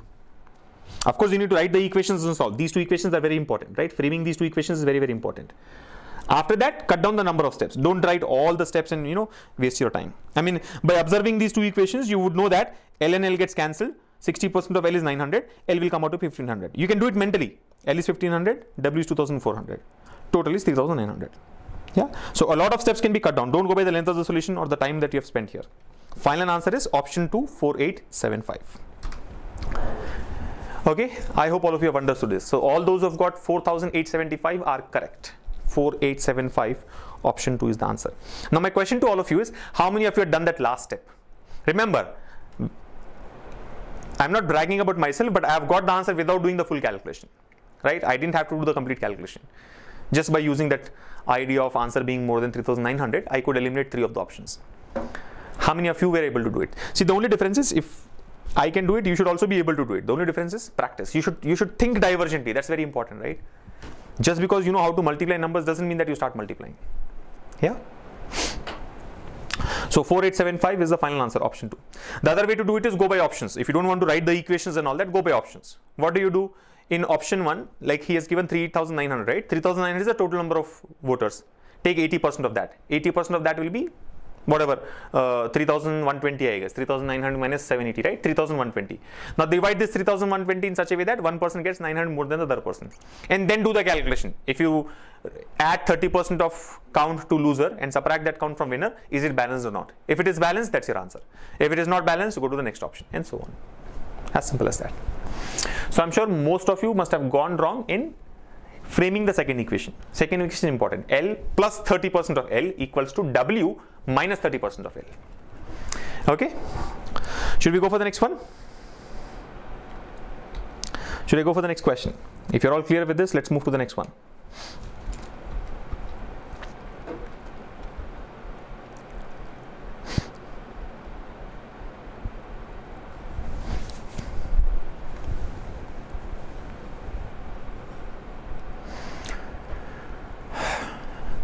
Ready? Shall I present the next one? Quick. We don't have enough time today because we had spent at least half of the session doing that chat with the winners. Yeah, going by options is time consuming, but you have to be very quick in calculations, right? I mean, I could eliminate option 1 in like first 8 seconds. I knew that it's not balancing. I knew that option 2 is giving the answer in another 10-15 seconds. So around 30 seconds, if you know how to do the calculations mentally and quickly, and if you're lucky, that answer is option 2. If the answer is option 5, then I'll have to add 20 more seconds because I'll verify third option after that, and then fourth option, and then only I'll go for fifth option. Now let me present the next question to you all, which is from reasoning ability, and this is a circular arrangement. A circular arrangement where some people are facing center, others are facing outwards. Presenting the question to you, here we go. Try this now. It says N, O, P, Q, R, S, T and U are sitting around a circular area at equal distance between each other, but not necessarily in the same order. Some of the people are facing center while some are facing outside. Yeah, so that's the key point. Some are facing center while some are facing outside. And from here onwards, the clues have been given to you. So based on this data, try to do the circular arrangement and then you can answer the question. There's only one question. Who sits second to the left of you? Who sits second to the left of you? That's the only question we have. Quick.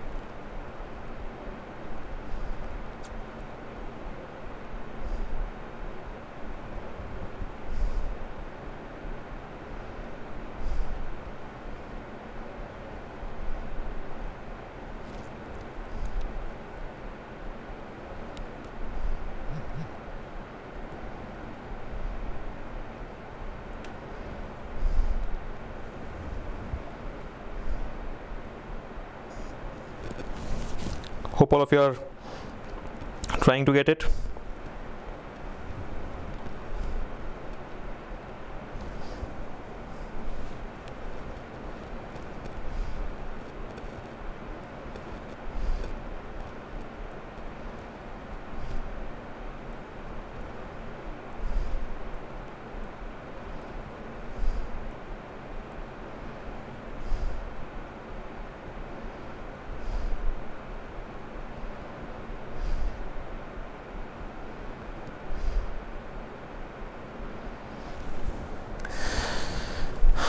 Try this, quick.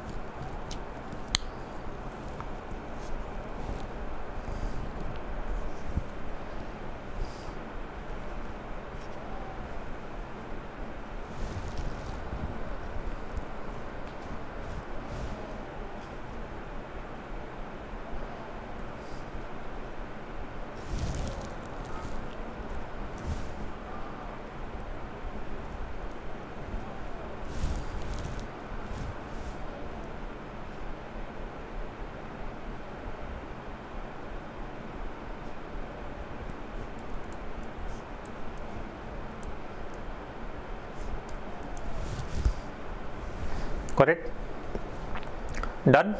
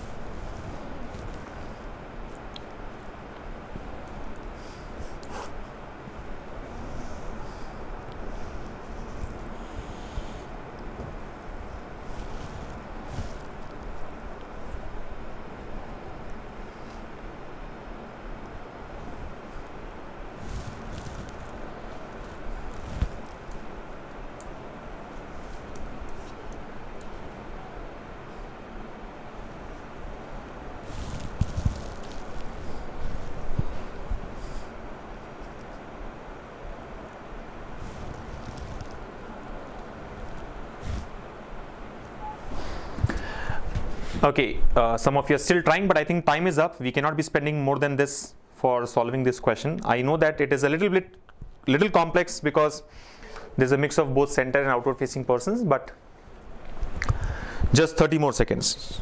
I will not be able to give you more time than that. 30 more seconds for this one on arrangement. And these 30 seconds are for only those who are still trying it, right?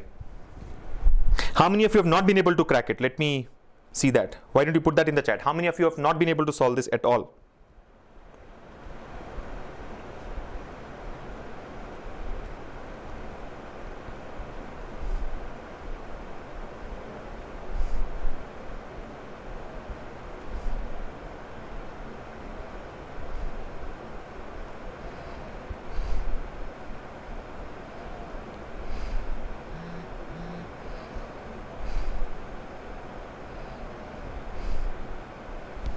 Quick.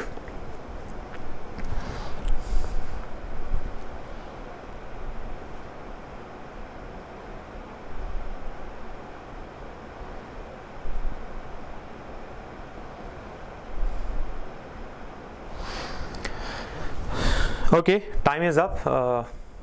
Looks like most of you have been able to solve this. Let me take this up now. So here we go.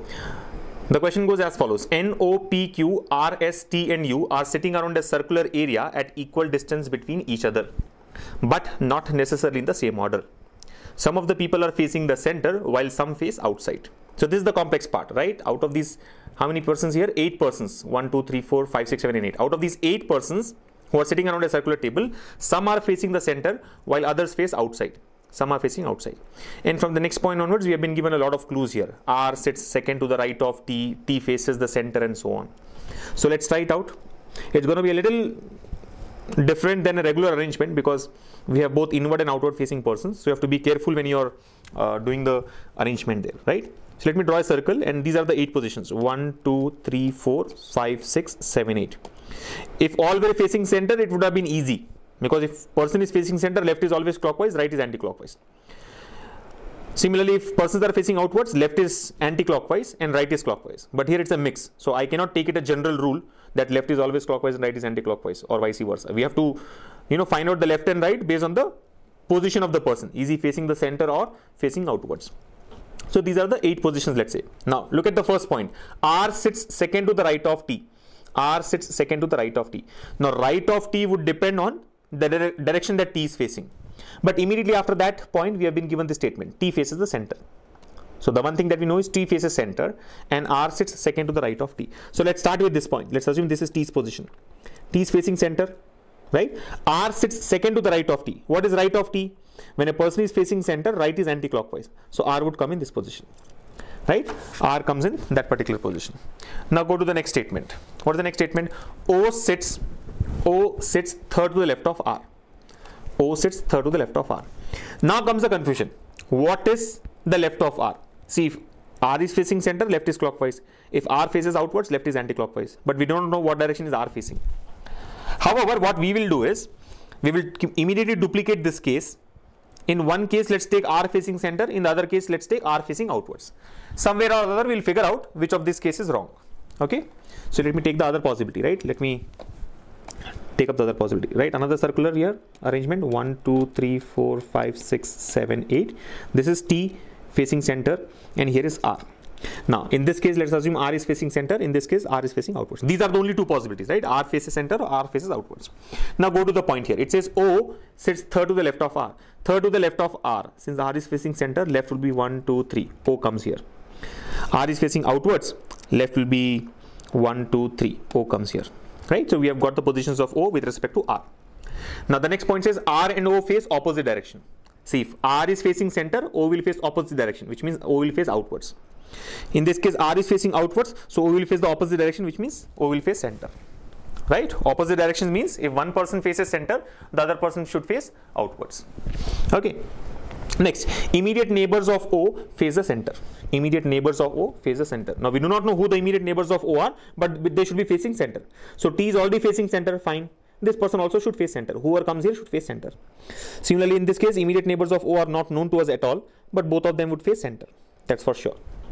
Next point, P sits second to the right of O. P sits second to the right of O. Now, O is facing outwards. Second to the right of O. What will be right of O? When a person is facing outwards, right is clockwise. So, first and second, P would come here. In this case, O is facing center. What is right of O? Anti-clockwise. So, P sits second to the right of O, right? First and second, P would come in this position. Alright, so P sits second to the right of O. That point has also been marked. However, one point to be noted is we do not know what direction is P facing. Is P facing the center or outwards? Right? In both the cases, you can see the direction of P is not known to us. Right? We only know the direction of O, T and R. O, T and R. Alright? Now, let's move to the next point. It says U sits to the immediate left of P. U sits to the immediate left of P. Now, here comes the confusion, right? What is left of P? Is left of P to be taken clockwise or anti-clockwise? If you look at case number 1, both the sides of P are open, right? We know that the immediate left of P could be clockwise or it could be anti-clockwise. Both are open. So, you can come in these two positions, right? You can either come here or here. These are the only two possible positions for you, right? But we cannot fix it. We do not know what exactly is the answer there. Look at next case. In the next case, the only open position available after T is the clockwise position. What do we know? U sits to the immediate left of P. U sits to the immediate left of P. If I look at case 2, the only possibility is U has to come here because immediate left of P cannot be this side. T is already seated there. So, the only possibility is immediate left of P is in the clockwise direction and U sits there. And if you go by this thing, it also becomes clear that P is facing the center because left of P has been taken in the clockwise direction, right? Immediate left of P has been taken in the clockwise direction. So, left is clockwise meaning what? The person is facing the center. So, P is also facing center. Yes or no? Now, whether this is actually the position of U or not, we'll figure out. When we try marking the other positions, we'll get to know whether it is satisfied or not. But the only possibility as of now is U comes in this position. With respect to case 1, it's not known yet. U can be either on the clockwise side of P or anti-clockwise side of P. Right? So, this point also has been taken. Next, N sits second to the left of Q. N sits second to the left of Q. Now, the challenge here is neither Q is marked nor N is marked in this arrangement so far. So, it will be a little difficult to try that out. Right? It will be a little difficult to try that out. However, read the next point. Next point says Q faces same as O. Q faces same as O. So, wherever Q sits, Q faces same as O. In fact, if I look at the next point also, it says Q is not an immediate neighbor of T. See, all these 3 points are with respect to Q. So, let's consider all 3 of them together. Let's take all 3 of them together. What do we know? Q will face the same direction as O. So, here O is facing outwards, Q also will face outwards.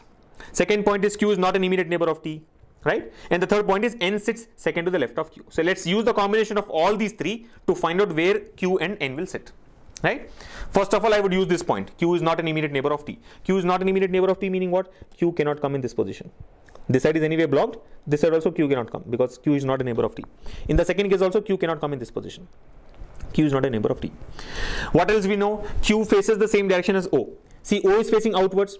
So, Q also should face outwards, which means Q cannot come in this position. See, this person is facing inwards. This person is facing inwards. Q cannot come there.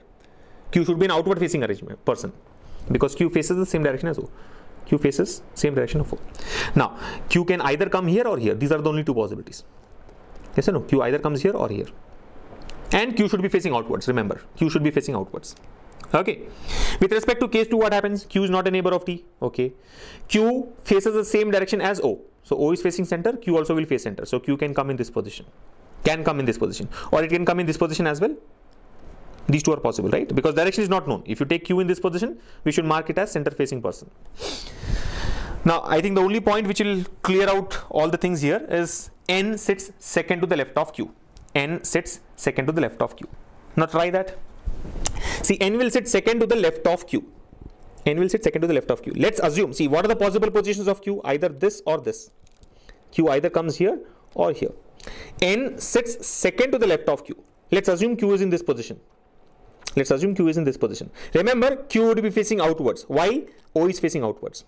So if Q comes here, Q is facing outwards. Left of Q should be what? Anti-clockwise. Left of Q should be what? Anti-clockwise, because Q is facing outwards. N sits second to the left of Q. So N will come here. Which means if Q comes here, N comes here. If Q comes here, N would come here. You getting it? You getting it? But is that possible to take up? No. Let me explain this to you, right? Let's assume Q is in this position. Q is facing outwards. Now we know that N sits second to the left of Q. Left of Q would be 1 and 2. N comes here. The problem with this sequence is there were only two possible positions for you, and both of them have been blocked by Q and N. Both of them have been blocked by Q and N. So where will you come? You cannot come in this arrangement. Remember, you were supposed to be a neighbor of P. U sits on the immediate left of P. So you are supposed to be neighbor of P. But here, both the neighboring positions of P have been blocked by Q and N. Which means Q cannot come in this position. You cannot take Q in that position. Which means N cannot come in this position. And also, we do not know whether this person is facing outwards or inwards. You're able to follow? We tried that possibility, but that's not the correct thing. So Q cannot come there. Try in this position. Now, so if Q cannot come here, the only place left out for Q is this one. Q should be facing outwards. Remember, Q should be facing outwards because O is facing outwards. Now, N sits second to the left of Q. What is second to the left of Q? First and second. N has to come here. Now, the problem is N and P both cannot come in the same position, which means Q cannot come here as well. Q cannot come in this position as well. So, the point that I'm trying to make is all the possibilities are ruled out. All the possibilities for case 1 are ruled out, right? Q cannot come at all. We are not able to fix the position for Q. If we try to fix the position for Q, something else is getting disturbed. So, first case is wrong. Definitely the first case is wrong. So, which means second case has to be correct. Now, try out the second case. What were we trying to find out? N sits second to the left of Q and Q faces same as O. Now, O is facing center. O is facing center. So, Q also has to face center. Q can either come here or here. Take Q in this position. N sits second to the left of Q. So, if you take Q in this position, where will N come? First and second. Can N come here? If you take Q in this position, N has to come in place of R. But is that possible? Not possible, because R and N cannot sit in the same position, which means Q cannot come here. So the only possibility for Q now is this one. Q has to come here because all the other places are ruled out. And Q should be facing center. Why is Q facing center? Because O is facing center. Q and O face the same direction. Q is facing center. N sits second to the left of Q. First and second, N comes here. N sits second to the left of Q. Left of Q will be clockwise now. Now, P, Q, R, N, O, T and U have been marked. The only person left out is S. S has to come here. So, I think the arrangement is done. All the positions have been fixed, right? Now, what's the last point? Immediate neighbors of R face opposite direction. Immediate neighbors of R face opposite direction, which means if Q is facing center, N should be facing outwards. Done. All the persons have been marked. All the directions have also been marked, right? So, if you start from T in the clockwise direction, we have T, P, U, O, S, Q, R, N. And what's the order? I think all of them are facing center except R and N. R and N are facing outwards. All others are facing center. Q, S, O, U, P, T. All are facing center. So that's the final arrangement. That's the final arrangement. Please do not go by the amount of time that I have spent. I was not solving this. I was explaining this to you. When you do it yourself, you will not be reading out so much, right? So a lot of time gets saved. All right. So this is the final answer. Now look at the question asked here. Who sits second to the left of U? Who sits second to the left of U? Second to the left of U. U is facing center. Left of U will be clockwise. So second to the left of U. First and second. S. Option 3 will be the answer. Alright. Anyway, I have only one question attached with this data. So I do not know what the other questions are, but it's all about arrangement. Once the arrangement is done, you can easily answer the questions asked along with it, right? So that's about the circular arrangement there. I would say it should take about 3 to 3.5 minutes maximum for you to get 5 marks, right? 5 marks in 3.5 minutes, not more than that. You cannot be spending more than that in answering this question. Okay. So R and N are the only persons facing outwards. So it's actually a simple arrangement in my view, not really complex. While it says that persons are facing center and outwards, it's a simple one, right? Should we go for the next question? Should we take up the next one?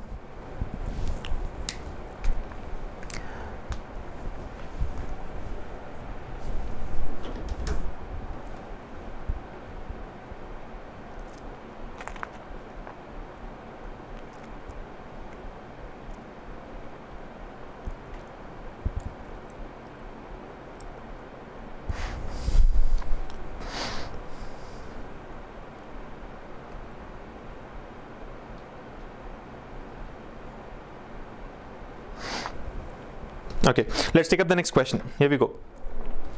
Now this was posted by Alok, TS_Alok is the username. Look at his question. He says 1, 2, 3, 4, 5, 6, 7, 9 multiplied by 72 solved by speed maths.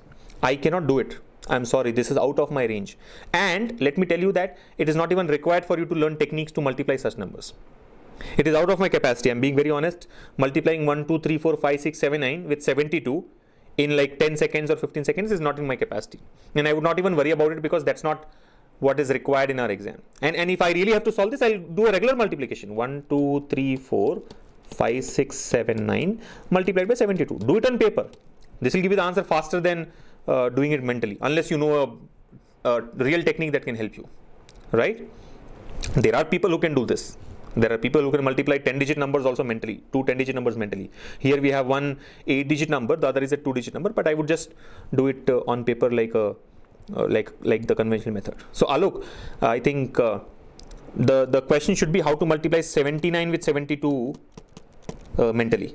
Here you need to worry. If you are doing this calculation on paper, then something is wrong. If you are doing, let's say, 56 into 72 on paper, then something is wrong. Right? These things can be done mentally without having to put pen on paper. Right? If you want to do 123 into 72 on paper, then also it is wrong, because 123 into 72 can be done mentally very easily. Right? I mean, 100 into 72, 7,200, 20 into 72, 1440, 3 into 72, 216. So 7,200 plus 1440 is 8,640 plus 216. 8,640 plus 216 will be 8,856. I mean, just add those three values that you have got. 79 into 72, again, easy to do, right? I mean, you can apply split and merge, or maybe you can do 70 plus 9 into 70 plus 2, right? This also is what? 72 into 56. So that's like 72 into 50, 3,600 plus 72 into 6. 72 into 6 is 432, right? So 3,600 plus 432, 4,032 will be the answer. But this I'm not interested in. I would just do it mentally. Right, I would just do it, I would just do it conventionally. So if you really want me to solve, it's like 2 into 9, 18. Techniques can be derived. I mean, I can use that IXI kind of technique also by putting all zeros, but waste of time, right? So 2 into 9, 18, 2 into 7, 14 will, 1 carry will become 15, 2 into 6, 12 with 1 carry will become 13, 2 into 5, 10 with 1 carry will become 11, 2 into 4 is 8 with 1 carry will become 9, 2 into 3 is 6, 4 and 2. You understand? 2 9s is 18, 2 7s 14, so that makes it 15. I'm adding the carry always, right? Then 2 into 6, 12 plus 1, 13. 2 into 5, 10 plus 1, 11. 2 into 4, 8 plus 1, 9. Then 2 into 3, 6. 2 into 2, 4. 2 into 1, 2. And then multiply with 7. 7 9, 63. 6 gets carried forward. 7 7s, 49. Plus 6 is 55. 5 gets carried forward. 7 into 6, 42 plus 5, 47. 4 gets carried forward. Right, 7 to 5, 35 plus 4, 39, 3 gets carried forward. 7 to 4, 28 plus 3, 31, 3 gets carried forward again. 7 to 3, 21 plus 3, 24, 2 gets carried forward. 7 to 2, 14 plus 2, 16. So 1 gets carried forward. And 7 to 1, 7. And now you add. This is how I would do it. Believe me, this is how I would do it in the exam. Looks like this is a fancy number where we can get some technique, but I mean, looking at the output now, I can, maybe find out what is the technique that gives you the answer. You understand? Because we are getting such kind of an output, I'm sure there will be some technique where you can, maybe, factorize this number into 2 parts and make the calculation easy, because this is definitely a fancy number, right? You won't get an answer of this format usually. But the point is, you don't really have to learn all those kind of techniques, right? This is not expected in your exam. So don't worry too much about it. Worry about these kind of calculations. All right. Should we go for the next one? I'm sure we can go for the next one. I mean, in fact, some of you are asking me why I'm even solving this. Just to let you guys really believe that I would solve it this way only in the exam, right? I have no other special technique. Okay. Should we go for the next one? There's one more such question which was asked, right? Pragneshri Mishra had posted this. Let me present this to you.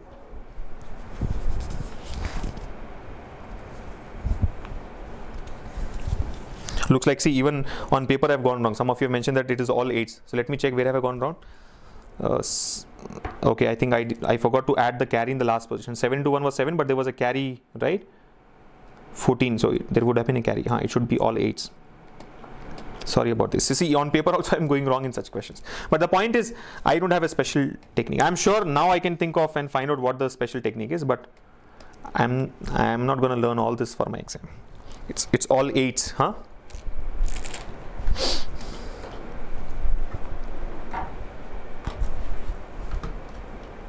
Yeah. So I know how it works now. It is like 1, 2, 3, 4, 5, 6, 7. We have missed 8 and then we have got 9. The 72 can be expressed as 8 into 9. Right? So we'll get all 8s. So I'm assuming if the number is 1, 2, 3, 4, 5, 8, 9 multiplied by 63, then we'll get all 7s. That's how it should be, right? If the number is 1, 2, 3, 5, 6, 7, 8, 9 multiplied by 36, then we'll get all 4s. Right? We'll get all 4s. That's how it would work, I guess. Anyway, let me present the next question to you all now. Here's the next one. Did I not present it? Sorry. Here's the next question.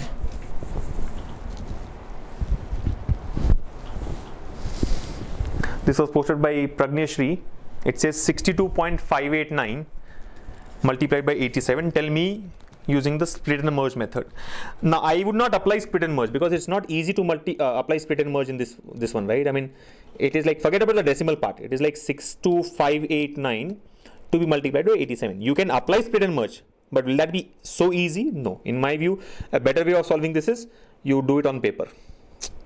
I mean, I can think of splitting 87 as 100 minus 13 or 100 minus 10 minus 3, but that would take a lot of time, right? Yes or no? 62,589 to be multiplied by 87. This is 100 minus 3 or 100 minus 10 minus 3. So multiply by 100, then multiply by 10, then multiply by 3. Yeah? That's the split and merge. I'm not interested in splitting 62,589. The only thing I can split is 87. But it will take time, right? 100 minus 10 minus 3. So that's like 6258,900 minus 625890 minus 625889 into 3. So 62,000 into 3 is 1,86,000. 600 into 3 is 1,800. So 1,86,000 plus 1,800, 1,87,800 minus 11 to 3 is 33. So 1,87,800 minus 33. So 1,87,767. Now do this calculation.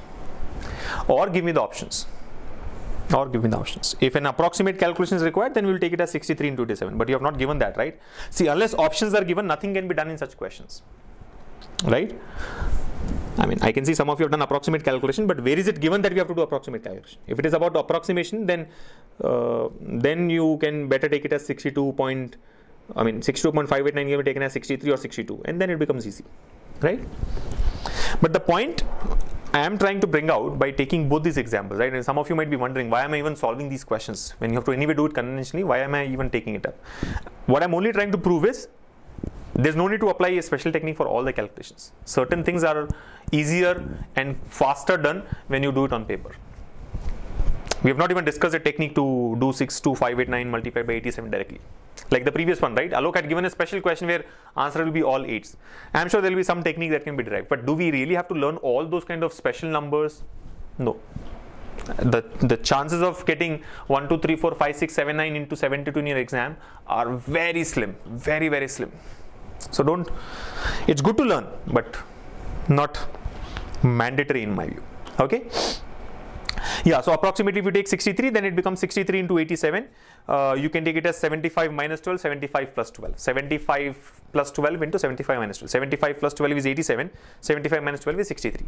So then it becomes 75 squared minus 12 squared. What is 75 squared? 5625. Right? What is 12 squared? 144. So 5625 minus 144 will give you the answer. Okay. Should we take up the next one now?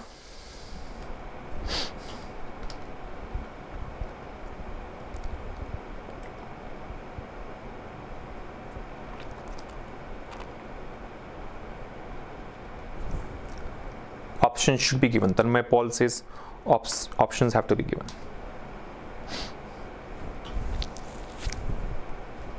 Should we take up some arrangement now?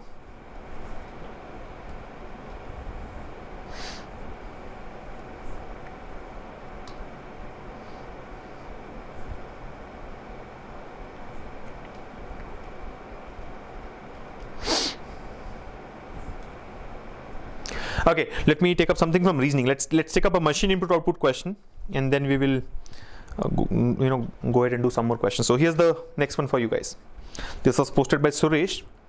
He's only given us the input with the step-by-step process. So I think all I need to do is explain you the arrangement, right? The way the arrangement has been done.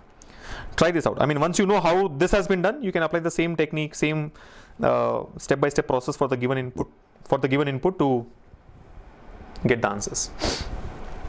So input is beautiful 9328, junk queen 76, America 6152, perfect automobile 37, and 7 steps before you get the output. So try to crack this now.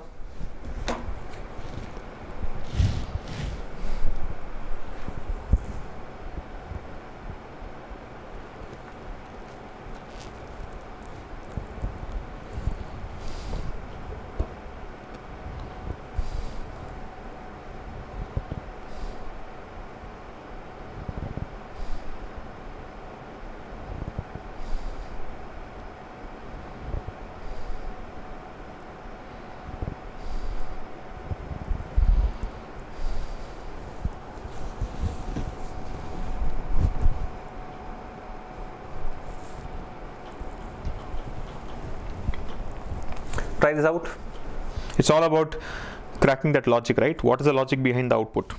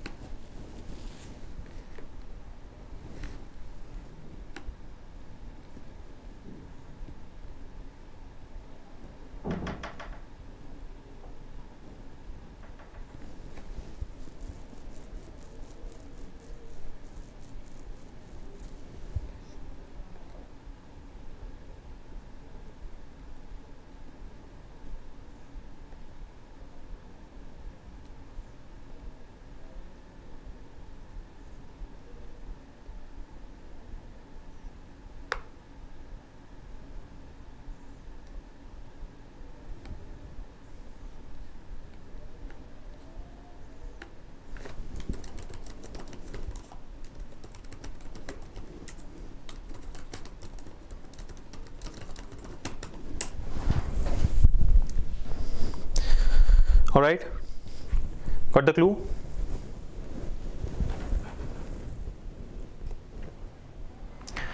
Okay, so Ramalakshmi says that the word logic is count of vowels. Okay.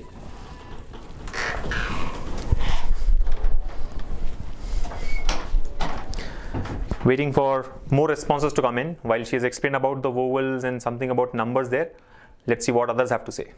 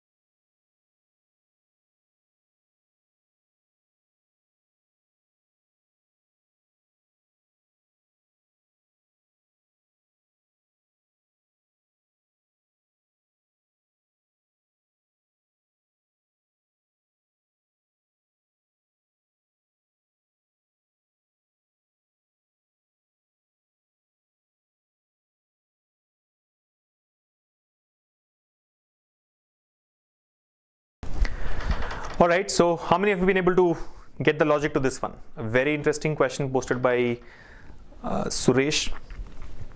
Input has been given with 7 steps, step 1 through step 7. And once you know how to, once you know the logic behind the step-by-step process, you can answer the questions, 5 questions asked easily. Yeah.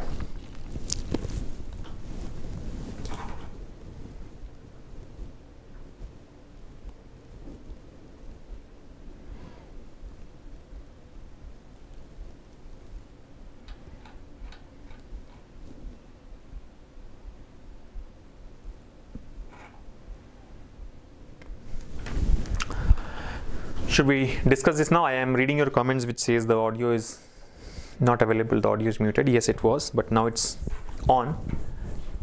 I am waiting for responses from you. Arpita Majumdar says maximum number of odd, minimum number of odd number, maximum number of even, minimum number of even number. I can only read what you have written, but I don't understand what you're trying to explain, Arpita. Anyone who has been able to understand this fully? Or should I take it up now? Should we take this up? Sonu Singh says from one end words and from the other end numbers, and next step vice versa. Sonu, that is fine. From one end you are arranging word, the other end you are arranging a number. But why did you choose that word is the question, or why did you choose that number is the question, right? It's very easy to understand when you say from one end we are taking number, from the other end we are taking vowel. In the next step, at that end where we are taken word, we are now taking a number, and the end at which we are taken a number, we are taking a word. That is fine. But how do you decide which word and which number has to be chosen is the question, right?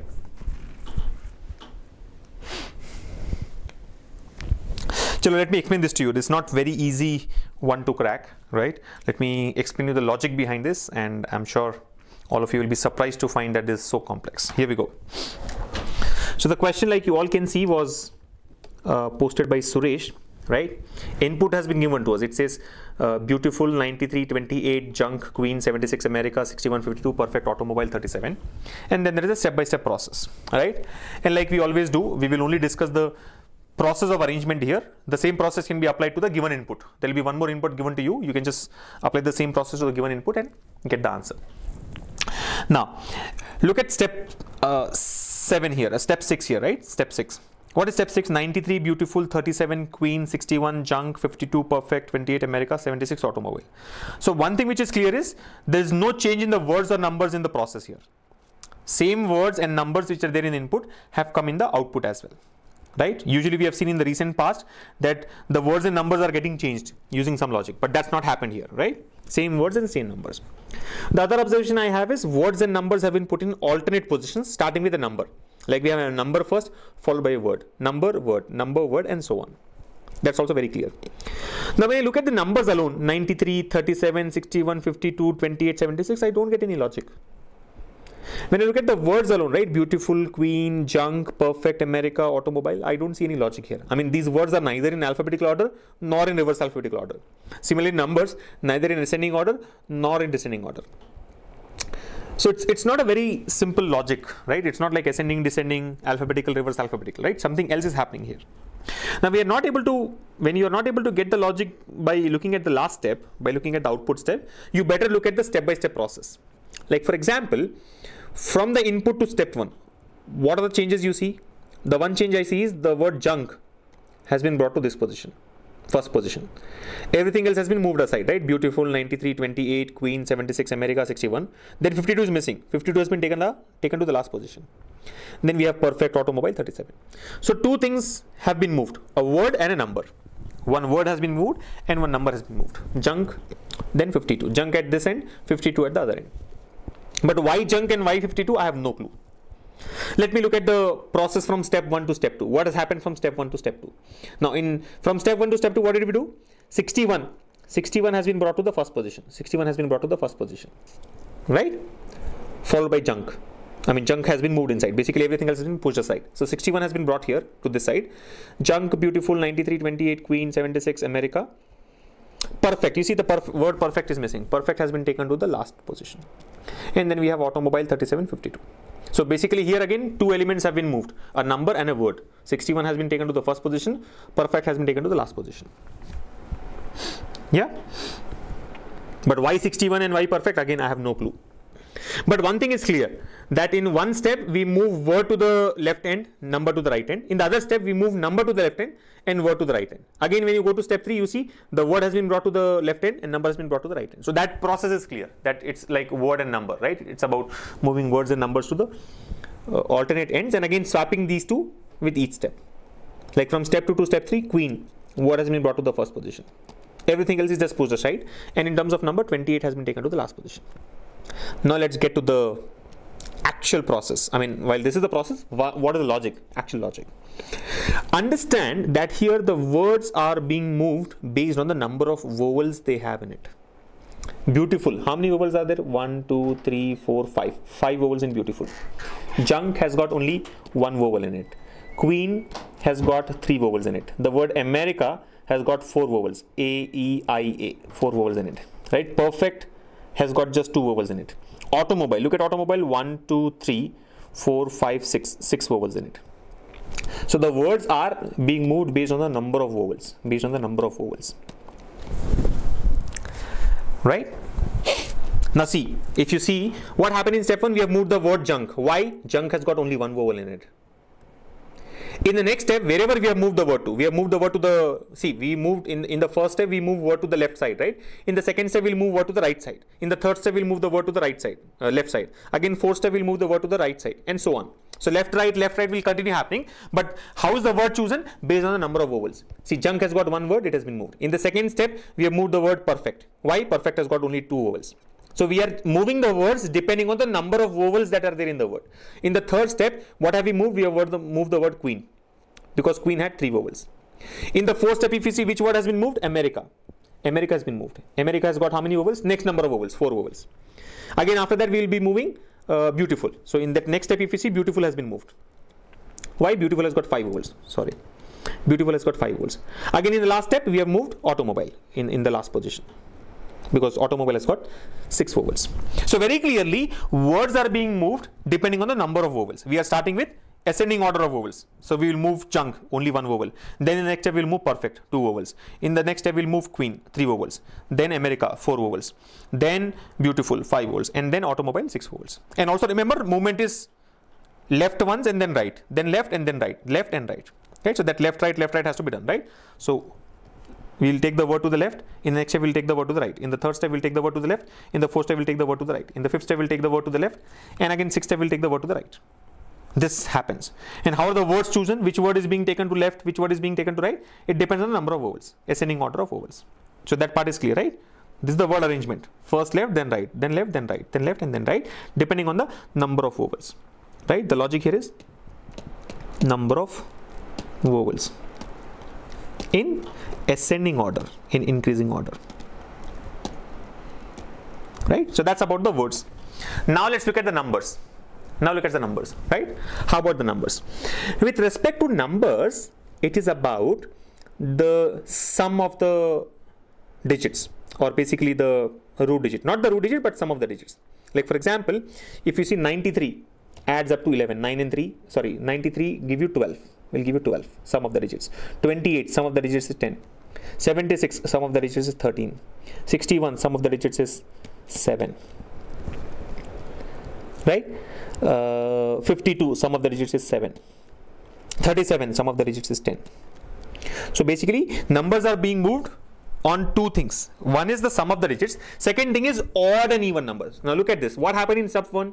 We brought the word to the left end. We took the number to the right end. Which number? 52. Why 52? Why 52? Because 52 adds to 7. See, again understand that if you observe, in step 1, we had moved the word 52. It's an even number.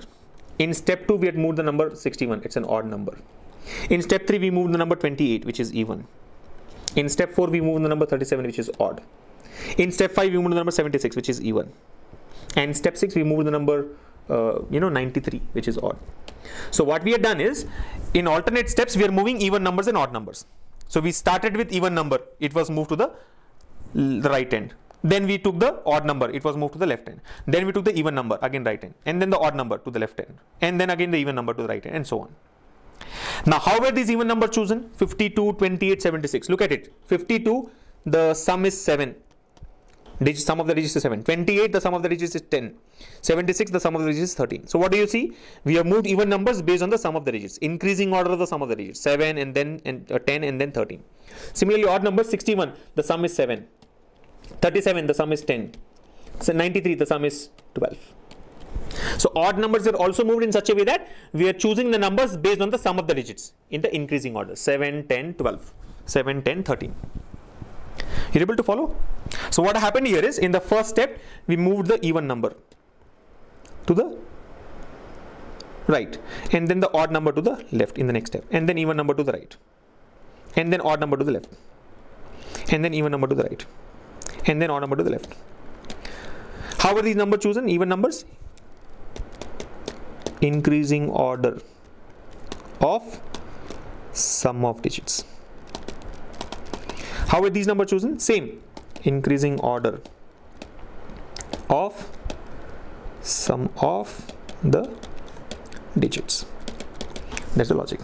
So the point is, remember, in such kind of questions, the logic does not depend on the output. Here if you see, when you look at the output, you will never be able to find out why this output has been obtained. Because the output has been obtained not based on a definite logic. The output has been obtained based on the logic in the movement. Right?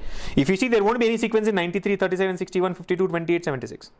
Of course, 93, 37, 61 are odd numbers in the decreasing order of the sum of the digits, right? 12, 10, 7. Here it is 7, 10, 13. But will it be so easy to decipher? No, because the movement is important. The movement of words and numbers is important, right? Similarly, if you look at the words here, 5 vowels, 3 vowels, and so on, right? QN has got 3 vowels, 1 vowel, 2 vowels, 4 vowels, and 6 vowels.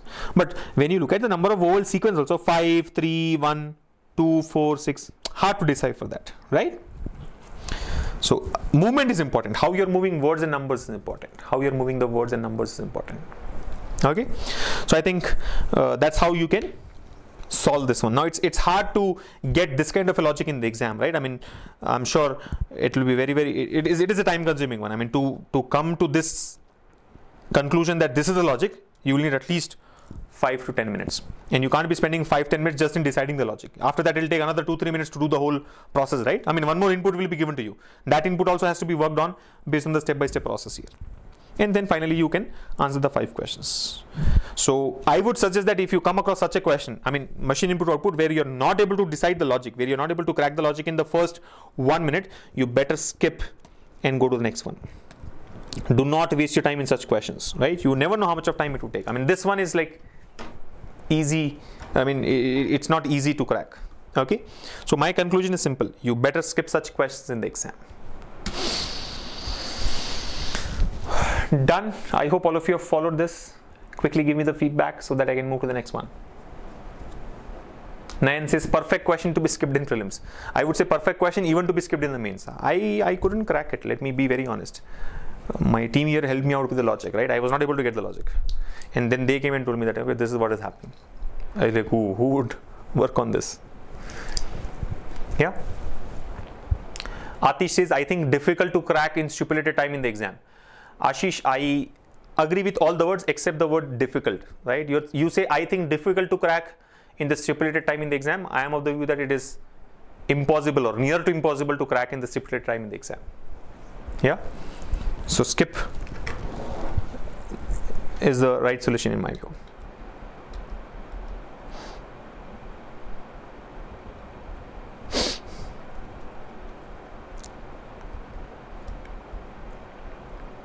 Should we go for the next one? Followed? Yeah. So what I can do is maybe take one more input now. Random, your own input. But ensure that all the words have got vowels in it in some order. Okay. And numbers. 3 even numbers, 3 odd numbers. And then try to do the whole process yourself. You'll be able to. I mean, see, having known the logic is one thing. I mean, even after understanding the logic, you have to do the same thing for the given input. So that you have to practice yourself. I mean, Suresh did not give us any input there. But if input were given, we have to do the same thing to the input again. Yeah. Should we go for the next one now? Take up the next question. Sonu Singh says, thank you to be honest to us. Rahul says, I like your honesty. Well, there's no point in bragging about my skills, right? I mean, I can say that I have cracked it, but what's the point? I was not able to do it, honestly. That is the reason I took those speed math questions also, right? Alok wanted to solve 1, 2, 3, 4, 5, 6, 7, 9 multiplied by 72. Honestly, I didn't know that, it will give us the result as all 8s. If I had known that in advance, I would have found what the logic is and explained it to you. I didn't know. As soon as I looked at the question, I thought I would do it on paper in the exam. So let me tell the same thing to you guys. Yeah. So I'm glad that you appreciate my honesty, but I would be happier if you be honest to yourself and don't depend too much on shortcuts. That's the point, right? You never know how much time it would take. Should we take up the next one now? Okay, let me present the next question. This is on time and distance. There are 3 questions attached with this particular question here. So I'll leave you with the data for about 3 to 4 minutes. Try to solve it, and then I can show you the 3 questions. Okay, here we go. This was posted by Brunda. See what it says. Refer to the paragraph and answer the given questions. So basically there are 3 questions. I mean, see, this is question number 1. Then there's one more question. What is the length of train Y? And there's third question which says find the time required to reach station C to B by train Y at 20% more speed than usual. So 3 questions. Answering the 3 questions would be easy once you have understood all the data here, right? So I'll leave you with this data for 5 minutes. Try to work on it, and then we will answer the questions.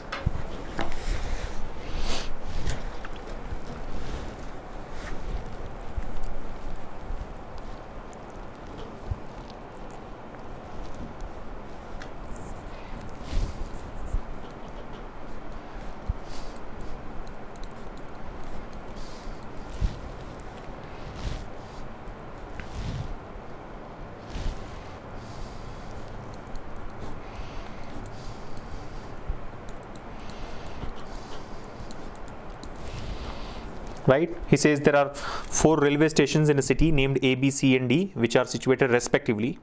The distance between D and B is 80% of the distance between A and D. The total distance of these 4 stations is 100 kilometers, and the distance between A to B and C to D is equal. The train X, having length 124 meter, is running at a speed of 80 km per hour from station A towards C, and it halts 3 minutes per station. The train Y is moving from C towards A at a speed of 75% of train X.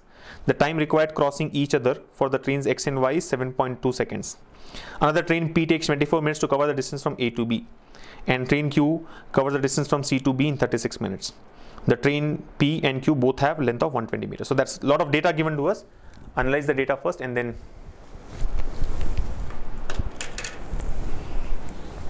answer this question. Remember, it's not for 1 mark, it's for 3 marks. Okay.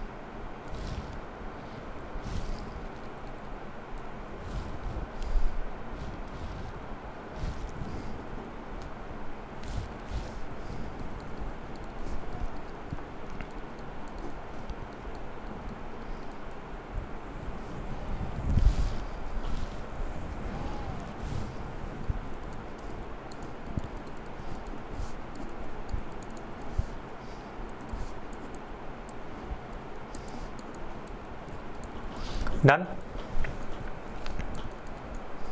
If you're done, I can present the next two questions also to you. You can answer the questions first and then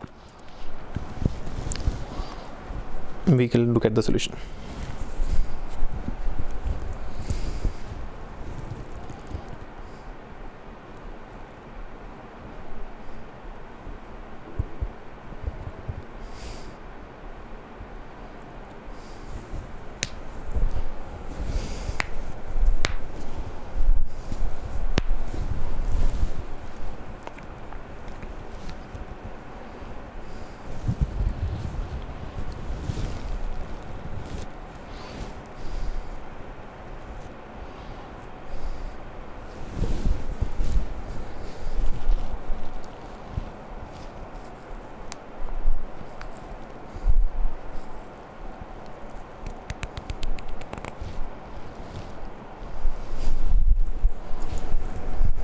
Not yet? Okay.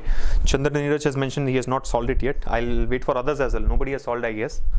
Take your time, but just it's about analyzing the data properly. By the way, the next question is what is the length of train Y and C2 by C2B time required to cover C2B by Y at 20% more speed than usual.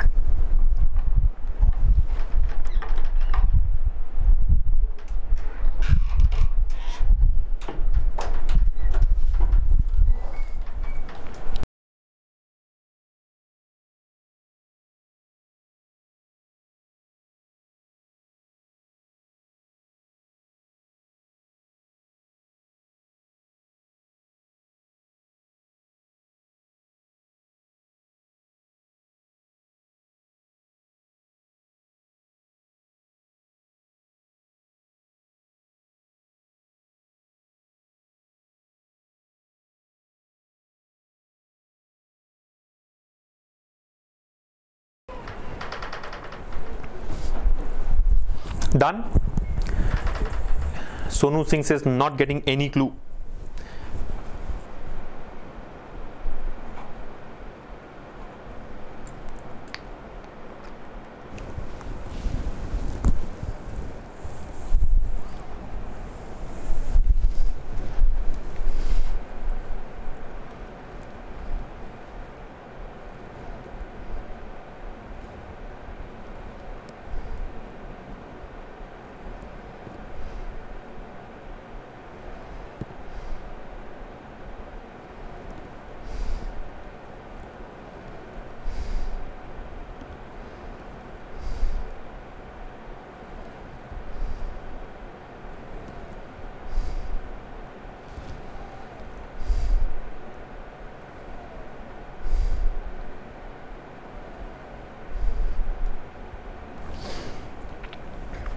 All right, I think the time is up. I cannot afford to give you more time, and you guys cannot take, even you guys cannot afford to spend more time than this. Let's start solving it now. Okay. So let me present the question again, and so it's simple. I think the basic concept of time and distance. All you need to know is speed is equal to distance by time, and play with the data there. Arrive at all the values. There are a lot of missing values in the question, so you have to extract the data, whatever limited data we have. Based on that, find out the other values, and answering questions is very easy, right? I mean, what are the questions? Time required to reach from A to C by train X. So you should know what is the speed of train X. You should know what is the distance between A and C. That you can extract from the data. Next question says what is the length of train Y. Again, can be extracted from data. Third question says find the time required to reach from C to B by train Y at 20% more speed than usual. So you should know the speed of train Y, increase that speed by 20%. You should know the distance between C and B, and then work on it. I mean, there's nothing complex about it. It's just that 3 questions have been asked, so you can afford to spend about 2 minutes, 2.5 minutes. In fact, there are more than 3 questions, I guess, but We have been given only 3 questions here by Brunda. So it's a 5 marks question. You can afford to spend that time and extract all the values there, right? Now let me present it to you all. Here we go. So here's the question. This was posted by Brunda. It says refer to the graph and answer the given question. Refer to the paragraph and answer the given question. Look at the data given here. There are 4 railway stations in a city named A, B, C and D, which are situated respectively. The distance between D and B is 80% of the distance between A and D. The total distance of these 4 stations is 100 kilometers. And the distance between A to B and C to D is equal. The train X, having length of 124 meter, is running at a speed of 80 kilometers per hour from station A towards station C, and it halts 3 minutes per station, right? Then the train Y is moving from station C to station C towards station A, and at a speed of 75% of train X. The time required for crossing each other for the trains X and Y is 7.2 seconds. Another train P takes 24 minutes to cover the distance from A to B, and the train Q covers the distance from C to B in 36 minutes. The train P and Q both have length of 120 meters. So that's the data. I think easy to understand the data, and you don't have to read this data in the exam, by the way, right? I mean, don't read the data. It doesn't give you any information, right? Start working on it directly. I was just reading it out to, help you with the complete context there, right? So a lot of data given there. Let's just start working on it. So there are 4 railway stations in a city named A, B, C and D, which are situated respectively. Respectively meaning what? In that order: A, B, C and D. So let's say this is A, this is B, C and D, in that order, right? The distance between D and B is 80% of the distance between A and D. And we know that the total distance of these 4 stations is 100 kilometers. So basically the total distance of these 4 stations is 100 kilometers, meaning A to D, the total distance is 100 kilometers. Then he says the distance between D and B is 80% of the distance between A and D. See, distance between A and D is 100 kilometers. The distance between D and B is 80% of this. Distance between D and B is 80%. 80% of what? 100, which is equal to 80. Right? Distance from A to D is 100. Distance from B to D is 80% of 100, which is 80. So that's what we know, right? The distance between A and B and C and D is equal. Distance between A to D, A to B and C to D is equal. Distance between A to B. Let's assume the distance between A to B is D, and C to D is also D. I mean, these are equal. The distance between A to B and C to D are equal. A to B and C to D both are D kilometers.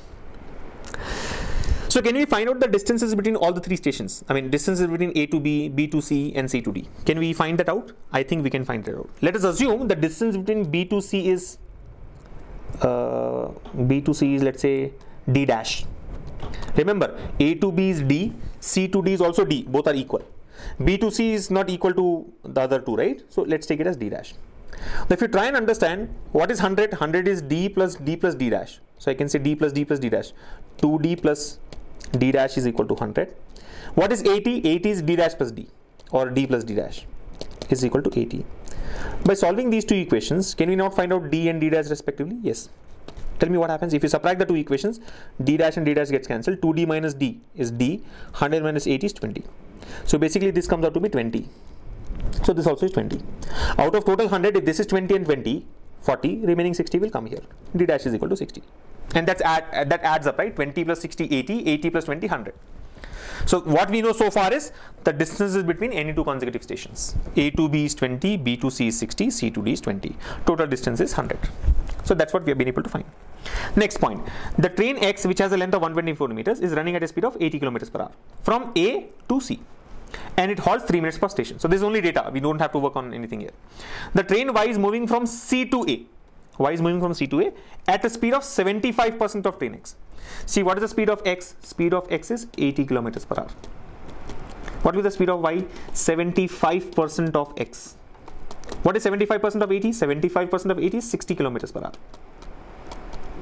So speed of X is 80 kilometers per hour. Speed of Y is 60 kilometers per hour. The time required for crossing each other for the trains X and Y is 7.2 seconds. Time required for crossing each other for train X and Y is 7.2 seconds. So, you know what is the time crossing each other, right? This concept has been discussed in our topic, right? Time is 7.2 seconds. So, what do we know? I think we know the length of X, right? We know the length of X. we know the time, we know their speeds. So we can find out the length of y. See, this is speed of x and speed of y. We can find out their lengths as well. We can find out their lengths as well using this 7.2 seconds data. Then he says another train P takes 24 minutes to cover the distance from A to B. So if required, I can find out the speed of P. If required, we can find out the speed of P, right? What will be the speed of P? You know the distance from A to B. You know the time taken. Can you find out the speed of P? Yes. What will be the speed of P? Speed of P. Speed is equal to distance by time, right? Distance. What is the distance covered from A to B? A to B is 20. Time required 24 minutes. 24 minutes is like 0.4 hours. So what is the speed? 20 by 0.4. 20 by 4 is 5. 20 by 0.4 will be 50. 50 kilometers per hour. Speed of P is 50 kilometers per hour. I mean, if it is required, we can find it out. We know the distance, we know the time. Right? Similarly, Q takes C to B in 36 minutes. 36 minutes. Q covers C to B. What is C to B? C to B, the distance is 60. So speed of Q. What will be the speed of Q? Speed of Q, distance by time. Distance is 60. C to B, the distance is 60. Time is 36 minutes. 36 minutes is 0.6 hours. 60 by 0.6 is how much? 100 kilometers per hour. So speed of Q is 100 kilometers per hour. So using the given data, you can find out whatever variables you have to, if depending on the requirement of the question. Both P and Q have equal length, 120 meters. Okay. So now questions will be asked based on this: speed of X, speed of Y, speed of Q, speed of P, length of X, length of Y, and so on. Let's work on the length of Y also, right? See, we know 7.2 seconds is the time required. How do you find it out? See, this is a relative speed concept, right? So speed of X plus speed of Y is equal to, see, time is equal to total distance by, in this 7.2 seconds. Time is equal to total distance, which is length of X plus length of Y divided by total speed. So when the two trains are crossing each other, they are running in opposite direction. You know, the word crossing means what? The two trains are running in opposite direction. When the two trains are running in opposite direction, you have to take the sum of the speeds. Speed of X plus speed of Y. Using this concept, you can find out the length as well, right? See, time required is how much? 7.2. Time is equal to distance by speed. Time is 7.2 seconds. Length 124 meters for X. Let's say length of Y is Ly. Divide by total speed. What is the total speed? 80 plus 60, 140. 140. But this should be converted to meters per second. See, time is in seconds. Length is in meters. So speed should be in meters per second. So 140 into 5 by 18. 18 comes this side. Yes or no? 140 into 5 by 18. So that 18 goes in the numerator. Now simplify this. 18 here goes 0.4 times. 0.4 into 5 is 2. 2 into 140 will be 280, right? Yeah, 280. So this gives you 280 completely. 280 this side. So length of Y equals to 280 minus 124. So length of Y will be, what is 280 minus 124? 280 minus 124. It will be 156. Length of Y will be 156 meters. Yes or no? Length of Y. 280 minus 124. 156 meters. That's it. I don't think we can extract anything else. Now we can answer the questions easily, right? Look at the first one. What is the time required to reach from A to C by train X? A to C by train X. Remember, A to C. What is the distance A to C? 20 plus 60, 80 kilometers. 20 plus 60, 80 kilometers. By which train? Train X. What is the speed of train X? 80 kilometers per hour. So time is equal to distance by speed. Distance from A to C is 80. 20 plus 60, 80. Speed is how much? X, 80 kilometers per hour. So 80 kilometers distance to be covered at a speed of 80 kilometers per hour. It will take 1 hour. It will take 1 hour, which is equal to 60 minutes. However, the question says that train X halts for 3 minutes per station. There is a halting time. So when train starts from A to reach C, it will halt at which station? It will halt at station B. And at every station, it halts for 3 minutes. Yes or no? So the total time required will be 60 minutes plus 3 minutes. Halting time is 3 minutes. And there is only one station in between. If there are 2 stations, you have to add 3 minutes twice. If there are 3 stations, you have to add 3 minutes thrice. Remember, we will not consider the halting time at C, because the train has already reached C, right? After that, if it halts for 3 minutes or 30 minutes, we don't care, right? So halting time should be taken only for train station B. So 60 plus 3, 63. Option 4 will be the answer, right? 63 minutes will be the answer. Look at the next question. What is the next question? What is the length of train Y? I think we have already done this, right? Length of train Y, 156. 156. You can directly answer option 1, 156. And then look at the next one. Find the time required to reach from C to B by the train Y at 20% more than usual. C to B. What is the speed from distance from C to B? C to B, the distance is 60 kilometers. So C to B, distance from C to B is 60 kilometers, right? What is speed of train Y? Speed of train Y we found 60 kilometers per hour only, right? Remember, I remember that. Speed of Y was 60 kilometers per hour, yeah? 60 kilometers per hour. So he's saying find the time required to reach from C to B by train Y at 20% more speed than usual. See, usual speed is 60 kilometers per hour, but 20% more speed, which means 60 plus 20% of 60. 20% of 60 is 12, right? So this comes out to be 72 kilometers per hour. So basically time required. Time is equal to distance by speed. Distance is 60 kilometers. Speed is 72. Distance is 60 kilometers, right? C to B. And since C and B are consecutive stations, we don't even have to consider halting time. The train Y will not halt anywhere, right? C to B. It starts at C, it stops at B. There is no station in between, so there is no halting time. And by the way, there is halting time is not even given. For train Y, whether it halts or not also, we don't know. Anyway, so we know the distance, we know the speed. Time is equal to distance by speed, 60 by 72. So find out the time. We'll get the time in hours. Remember, this was 60 kilometers. This is 72 kilometers per hour. So whatever time we get here is in hours. You have to convert that to minutes. So 60 by 72 is how much? 10 by 12. 10 by 12, yeah, 10 by 12. 6 into 10, 6 into 12. Or 5 by 6 basically.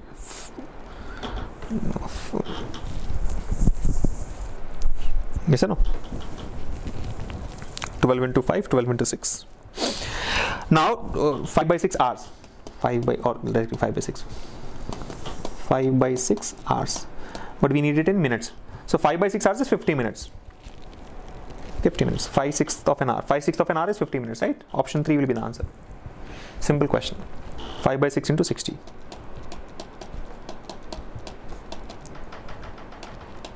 Converting hours to minutes. So 50 minutes, option 3 would be the answer.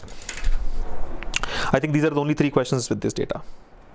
Of course, there is some data given with respect to P and Q, so it is not useful here. I guess some more questions are there which have not been posted by Brunda, but easy to solve. The questions are all easy to solve once you have calculated, once you have extracted all the missing data. So don't get scared or don't panic when you look at such lengthy ones, right? Very, very simple ones. Very, very simple. Questions are all very easy. Data also is very easy to interpret and extract. Okay, so that's like a 3-mark question for you from time and distance. All right.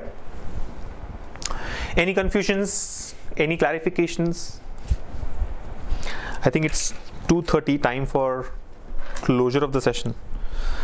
I wish I could solve more questions, but today you had another component, right, where we had some winners talking to you, so I'm sure that also was useful.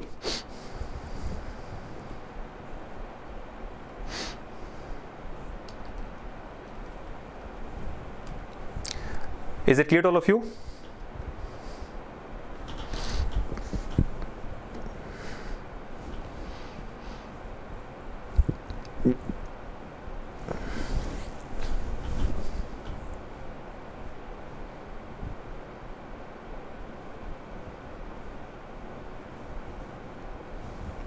Clear? Any confusions? All right, so I guess what we can do is we'll stop here. Can you take up some reverse syllogisms? Well, Ramalakshmi, let me tell you that we are going to discuss a special session. We are going to have a special session for half an hour to 45 minutes, only on questions based on reverse syllogisms in the coming week, right? What you can do is just look at our YouTube channel. I'm sure all of you have subscribed to our YouTube channel. Just subscribe to that and you will get to know about this live session. Anyway, that video will be added to your Talent Sprint account as well. You can just watch it. We will do at least 5 questions on reverse syllogisms there. Okay, so that's about it. Okay, so thank you guys. Thank you once again for joining us. I hope all of you have had a great time today. May not be with me, but definitely with the 3 winners we had. We will try and upload parts of those videos for you so that you can always look at their strategy and try to adopt the same and succeed like them, right? We had 3 students, 2 of whom have cracked the SBI PO 2017 and 1 who had cracked SBI clerks or SBA junior associates 2016. Okay, now we'll meet again in the next session on doubts clarification, next session on your IBPSPO main exam refresher. There'll be one session for your winning techniques at 11 a.m. There's something happening at 5 p.m. So a lot of things happening for enhancement of your learning and boosting your confidence, guys. Just stick to our events calendar, follow all the sessions, and keep practicing, because the more you practice, the easier it gets. All right, so I'll meet you all in the next session. Keep practicing and take very good care of yourselves. Bye.